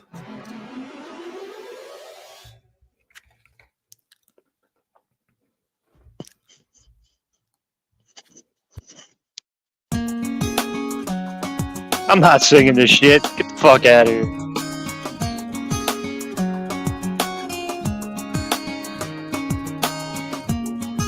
Fuck you, Paul. You fat fuck. What, so you're gonna curse me out now? That's a standard hit. Yeah, I see what you're doing here. Ever since I see what you're Mark the doing. Case goes, fuck your ass party that was thrown by that little gay kid whose father left him. That's the standard karaoke hit. This is me, Camp Rock. He set the tone for that. You're not changing that. Man, you used to be cool, man. Oh, okay. Ever since I decided to really branch out and explore different aspects of myself, I got this guy saying I'm a pedo pogo. I got you saying I used to be cool. What? I can't do Ariana Grande, Camp Rock, every now and then. Nobody's Sing getting it. hurt, I'm not harmed singing by that shit. Oh, you can't be part of the experience? I'm good on that, man. Oh, okay. Yeah, too cool. You're too cool. You're too tough. You're too strong. Right. You know you're into Yeah, it. You know I'm too lame. Okay. All right. I'm too we're in lame. public, you can't do it because you're too cool and insecure and fearful, right? You're too scared that you're going to be seen for the homo you really are. So, you know, instead of you like, well, why don't you just sing Look Ariana at you Grande, trying to play me. Homo? Stop being such a bitch and Look at you trying to sing bob it, you down to fucking me. homo. Get the fuck out of here, man. You weren't That's such you. a fucking queer. You'd sing the Ariana Grande song, but you won't All right. because you're scared All someone's going to see you for who and what you really are. I'm up I here see the what other you're doing. night singing fucking Hall and Oates. That's fucking security right there. Oh yeah, Hall and Oates. So you are Yeah, gay. Hall and Oates. Well, if you are gay, Nah, then Hall just and come Oates all is the way dope. out with it. Ah, man, you're such a cocksucker, man. Yeah, you're up here singing Hall and Oates, proving you're openly gay, but you can't do Ariana Grande, Camp Rock. Wow, Or, you know, wow. All right, Paul. you All right. want to ride the line, right? You want to do like, Nathan Yeah, Sanders. He's just yeah. a good singer. I'm not gay like him. Yeah, and then if I go, hey, do the Ariana Grande, it's a staple of Unslaved. No, that's gay. I'm not doing that. But Yeah, you'll sit yeah. up here and sing Nathan Sanders and Hall and Oates and all the rest of it. What are you doing, I dude? thought you were gonna put on a good song, but you put that nut What shit are you on. doing, bro? How does it feel like to be inside the closet still, JG? Here we go. Well, the closet. I'm not even gonna feed into this shit. At least you have some room. What am I doing? Why am I here? Is this real? okay. Who are you kidding? That's right now? you, Paul. Fuck Who are you kidding? Who are you kidding? You're up here singing Hall and Oates yesterday. Then I say, let's go to Yeah, a Ariana couple Grande, days ago, I'm Camp singing Rock. Hall and Oates because you're Now it's playing not nut ass cool. Jack Talcott Oh, we clips. don't do that here. We're gangsters. Yeah, why can't you play along You're a real with the gangster, bit? Paul. I've been Real in gangster. prison, man. When I was in prison, all the convicts were watching American Idol. I didn't watch that shit, but they did, and I didn't judge them. All right, you're calling me a homo. That's you. No, I'm saying it just if you won't sing Ariana Grande, it's obvious you're insecure about something. You don't Nah, want it's to reveal because it's something. You don't look wanna- at the lyrics. I'm not singing that What's wrong shit. with the lyrics. I got this. It's a song about empowerment. I got this, homo. I've always been the kind of motherfucker that hit my face, so afraid to tell the world what I've got. Yeah, fuck this. I don't even know the Come lyrics. on, man. No, come on. You had something going. But I have there. this dream. There it is. What the fuck? Deep inside of I'm me. gonna let it show. It's time to let you know. Yeah, Paul's gay. This is real. This is real. This is me. I'm exactly where I'm. This song sucks. Man. This is terrible. Yeah, you know what? I didn't really like that Paul's gay thing at the end of the first. Hey, you got it coming to you, man. You want to draw first blood? I'm Rambo coming right at you. You want to fuck with Rambo? You're gonna see what's gonna happen. Roadhouse. To be clear, you sang Man Eater last night as well. Not only did you do Hall and Oates, you did Man Eater. Dude, classic song, classic instrumental. Yeah, classically gay. No, that's you, right? Okay. Totally not gay, but No, he came. this is real. This is me. I'm exactly where I'm supposed to be. All And right, that Paul. was you last night. You got butt fucked by your mom's babysitter. That's Just you. next time when you do the Camp Rock, just read it how it's written. Don't be editorializing and throwing it on. I don't even know how to sing that song because I don't know it. You do. You were somehow you were right on it. You were right there. Yeah, all right. Look at you playing games, man. Paul's in his fucking narcissistic, manipulative douchebag All way right, today. here we go. Every time. Yeah, I'm calling you how it is. Yeah. Yeah, G, why did my dad send a video when he had sex with you yesterday? Like, Simon, that's you. No. How can it be? Like you were in the video. Simon, you told us that you're a switch hitter. I mean, your dad might have butt fucked you, you know? No, I'm just kidding. All right, we got questions for you. Has your dad butt fucked you? Here we go. Classic. No way. Now just look This at is the the album shit. cover of his favorite song. I have just butt fucked. Yeah, fucking weird shit, but dude, this is a classic, man. This is a classic. All right, get the lyrics up. All right, that's what you want. Hey, how many cheese balls go up your ass, Butterball? Up my ass. Yeah, I know you stuffed cheese balls up your ass. Here we go. They spelled time wrong. I know a Butterball. Come on, Pineal. I got a leg. I got a leg here. It's Snafu. How old are you, man? Totally not gay. I'm just JG. All right, 1877. Look at Pineal on the bandwagon. You guys are fucking fleas. Gaslighting fleas. Eater here with JG. It's that mother. Not gay. Yeah, that's you. You're the fucking fruit. I had a mother. Ooh, it hurts. Where's your mother now, bitch? She'll only come out at night. The lean and hungry type. Nothing is new. I've seen her here before. Watching and waiting. Oh, she's sitting with you, but her eyes are on the door. Totally not gay. What a whore! So many have paid to see what you think you're getting to for free. The woman is wild as she can't tame. What the fuck is that? I can't even sing that shit. You suck, man. Yeah, you ruined it. You're doing an accent. You're doing some kind of bit. It's not working. Yeah, just almost sounding like me. Next time, just fucking really put your heart into it, man. You got an angelic voice. You got the voice of an angel. What the fuck is this? This looks like a Talcott guy. Who, me?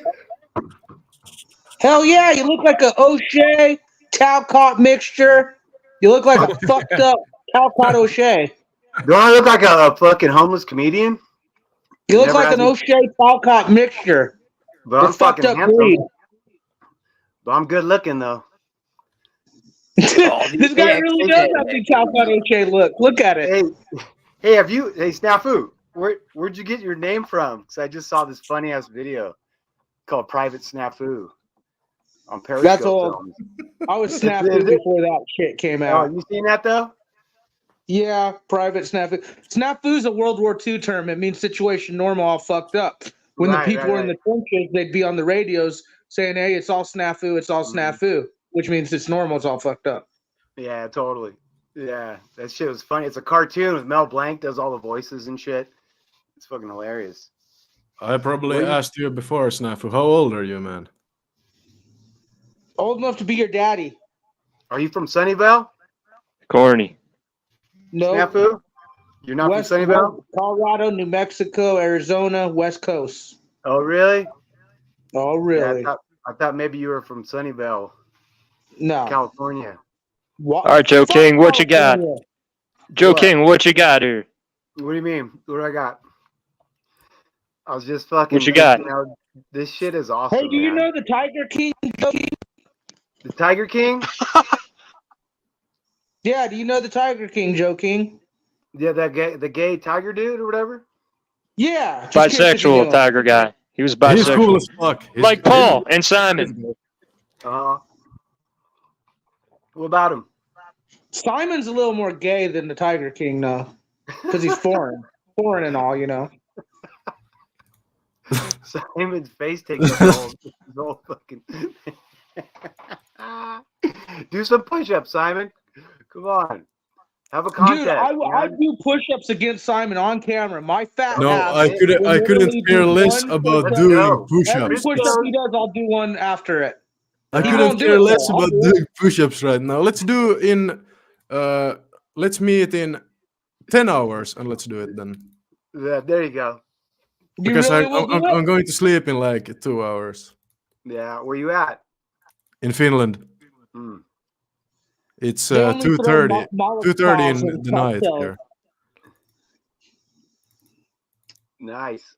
Hey, Snafu, what about fucking what's his name? The big channel with all the fucking people following him. Archaics. That guy's a clown. Yeah, he's fucking pseudo pogoed out. I mean, that's the fucking dude to go after right there. That motherfucker's got too much influence on people. That's pretty sad. The whole archaic shit. Some of this shit is just they're fucking losers and nobody's really paying attention to them. But fucking that dude, man, I swear, people that I think are got their shit together, fucking archaics. So I am kind of tripping. You got like a Brian O'Shea look with the Talcott look, but neither of them. The thing about it is, Shout out to Tyranny Truth.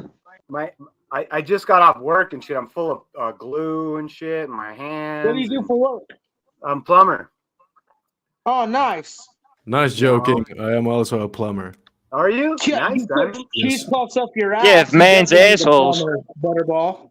No, but Bro, your plumbing fucked up. You're fat. You're diabetic. You have cheese balls coming out of your ass. Your plumbing's definitely fucked up. You don't even know how well I'm gluing toilets, bro. Don't talk shit there. Dude, I know how well you're glued to the toilets. Look at you. Your face looks like the fucking ring of the toilet.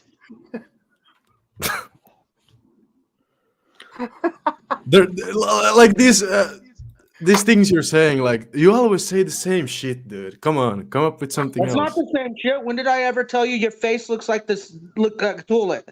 No, I but usually it's say your face looks like a cheese puff. it's always I never said something you look about like a my toilet. it's That's always new something shit about here, my Butterball. looks. Get with the program. It's always something about my looks. But Okay, what else do you want me to say? Your looks are okay. something that would Yeah, he that looks would like actually a make sense. fucking Butterball fuck. This might be Josh's dad.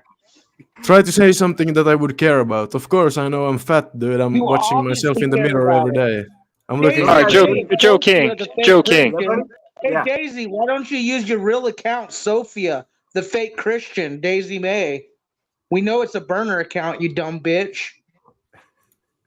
Joe King. Hall Notes, cool or lame? I dig some Hall Notes, man. Thank you, man. Thank you. Not like you're using a burner account. Snafu Snap is not your name either. But what did Oates Shut up. do? What did Oates do, though? It's like, it's all about Daryl Hall, man. Let me sing. True. Daryl Hall.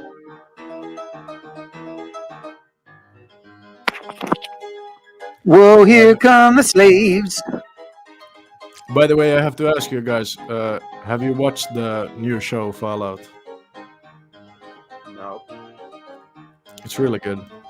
I really like the story in I got Fallout. sports still. The only shit I can't shake is the sports. I'm over the rest of the shit. The sports? How many everybody flat earthers here or no? The Earth isn't flat. We have knowledge it's not flat. The Earth is gay. No. Earth is gay. The Earth is fat. The pH. All right, Spirit Insanity. Give me the final word and I'm out of here. It's going nowhere as always. Yeah, Paul, you suck. Thank you, JG. Nah, Paul, you're good. You're cool as fuck. See you some other day. Yeah, right. Simon. We'll see you later. And Snafu is still as disappointing as always. Right. His parents feel the same way. Yeah, I think so as well. Cheese puffs up their ass like this guy. Yeah, cheese puffs here and there, cheese puff here and that. Like, it's the only thing you can say, dude. That was pretty funny. Say cheese puff again. Cheese puff. Say cheese So funny. Say beefcake. At least Simon's not scared of vagina like Pineal.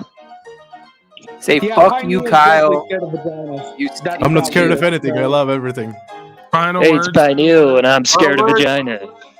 Hey, Paul, try to get on here earlier next time. What you're saying about you want someone to come on and talk about, some deeper stuff and all that type of stuff. But yeah, I wanted to hear what you had to say, Mr. King. I'm a slave, man. And when I realized it, like 5 years ago, it fucked with me so bad. that year I had 9 jobs, man. I fucking couldn't. Nobody could tell me nothing, man. I was just like, you know, fucking. Damn, 9 jobs. Yeah, I just tell everybody to fuck off. Yeah, dude. you've yet to get your first. Yeah. I fucking almost ruined my whole reputation and shit because I just couldn't hear nothing from nobody, man, or be the slave that, you know, it fucking was fucking me so bad. Do you work for yourself now, or are you still working for the man? I'm still working for the man. I still got a fucking slave master and shit, but you know, it's like I'm just all in now that I'm gonna make as much money as I can. I literally have, you know, I can't just let people down. You know what I mean? It's just like there's just no way. And it's almost like, well, I'm gonna be a premium fucking slave, man. You know what I mean? Like, what else am I gonna do at this point? You know, and eventually, about 10, I got a 10-year plan. Just tell them all to fuck off. But you know, it's like it's an interesting subject to me, man, because I'm fucking live it every day when I could be creating or doing something or reading a book or doing something, doing some fucking plumbing. And you know, I had to reconcile myself with that, you know, and but yeah, that's about it, man. I won't hold you up. All right, come back tomorrow, Joe King. I'm almost 5 hours in. We'll talk tomorrow. Yeah, sounds good, buddy. For sure. All right, brother. We'll see you later. Yeah.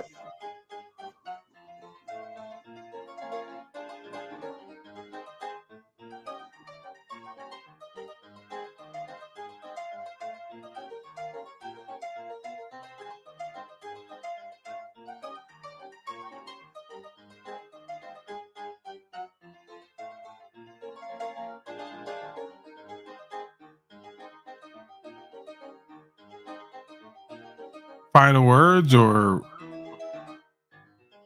I got some coming. Yeah, I'm working on it. Hold up. Easy lover, she'll get a hold on you. Believe. all right, good stuff. I'll see you later. Final words.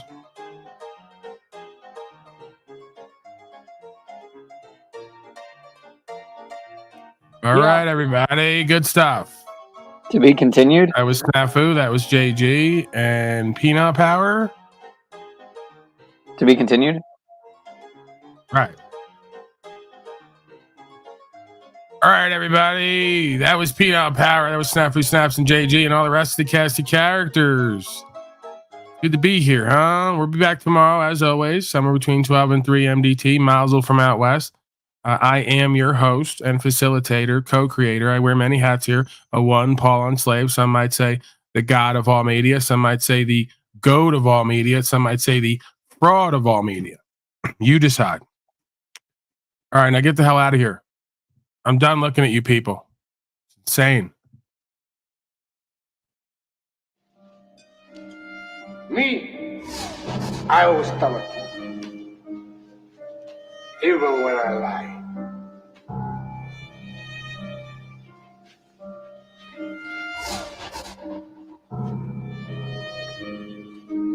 So say good night to the bad guy. Come on. The last time you're gonna see a bad guy like this again. The great reset's happening. So when you get all your pretty and nice shit taken away and your bullshit job that leads to nowhere, and you're forced back on the land and have to be self-sustainable and co-creative and work with what is, this talk about your feelings and your ego is going to go right out the window, because the God and the elements and nature are going to present what needs to happen next. 9 out of 10 times. That's the difference between me and you. I got it in me, not on me, just like you do. I'm trying to work it out, bring the subconscious to the conscious and figure out who and what I am. Am I good or evil? Am I real and true? Am I a narcissistic, egotistical deceiver? That's the difference. I'm actually authentically trying to work it out while you lie to everyone and project your negative aspects of self onto me, and I don't appreciate it. And the universe don't appreciate it either. And the students of life in this audience don't appreciate it either. This isn't about love and money. This isn't about chasing bags or anything else in and of the world. This is about the philosophy, right? The love of knowledge, the love of wisdom, the love of understanding of self and applying it to actualize and realize and get better results for yourself and everyone else. I thought that's what we were doing here. So let's get the game back in its proper perspective. The motherfucker doing this shit shouldn't have to talk about it because you folks want to lie on it. It's embarrassing to me. I didn't come on here with the intention of the understanding that this is supposed to be for business or a hobby. That's why I show up the way I do 500 days straight. That's why I have a care in my heart with passion. That's why I do what's true and what's right and see through you motherfuckers and get amazing results for me. We can't allow the generalized experience of life and everything it has to offer, good, bad, and indifferent, to hold us back or keep us paralyzed or keep us fearful or self-doubting or unloving and uncaring of ourselves. How do I know? Because I look into me. That's all this is. I can see further than the rest. I can interpret beyond what's told and shown, and I can amalgamate and communicate the cause and effect and the root of the state of consciousness and awareness. That is a astounding testimony to the work that I've done on myself in this world and in this life, and the practices I've walked with other people. The question and answer, the fellowship, the co-creational endeavors, and the conversation that leads to understanding. But again, we can't appeal to false emotions and false authority. That is the cornerstone of cognitive dissonance. You can't say that I'm respectable, righteous, honorable, presentable, and then I have balls, and then turn around and hate me or catch feelings over me, be in that and live in that when you don't like it, or when it doesn't turn out as favorably for you as you would have hoped or expected, right? That's the theme of a true common bond that goes long term versus the shallow, materialistic, worldly connections that come and go. Yeah, it is what it is. Some people are down forever. Some people are down for the ride until they got to get off, right? And some people ain't down at all. So through the life experiences, firsthand experiences, through the tests and challenges, you learn more and more who and what is meant for you, and who or what is probably not going to be able to sustain the ride. And that's okay. God of all media.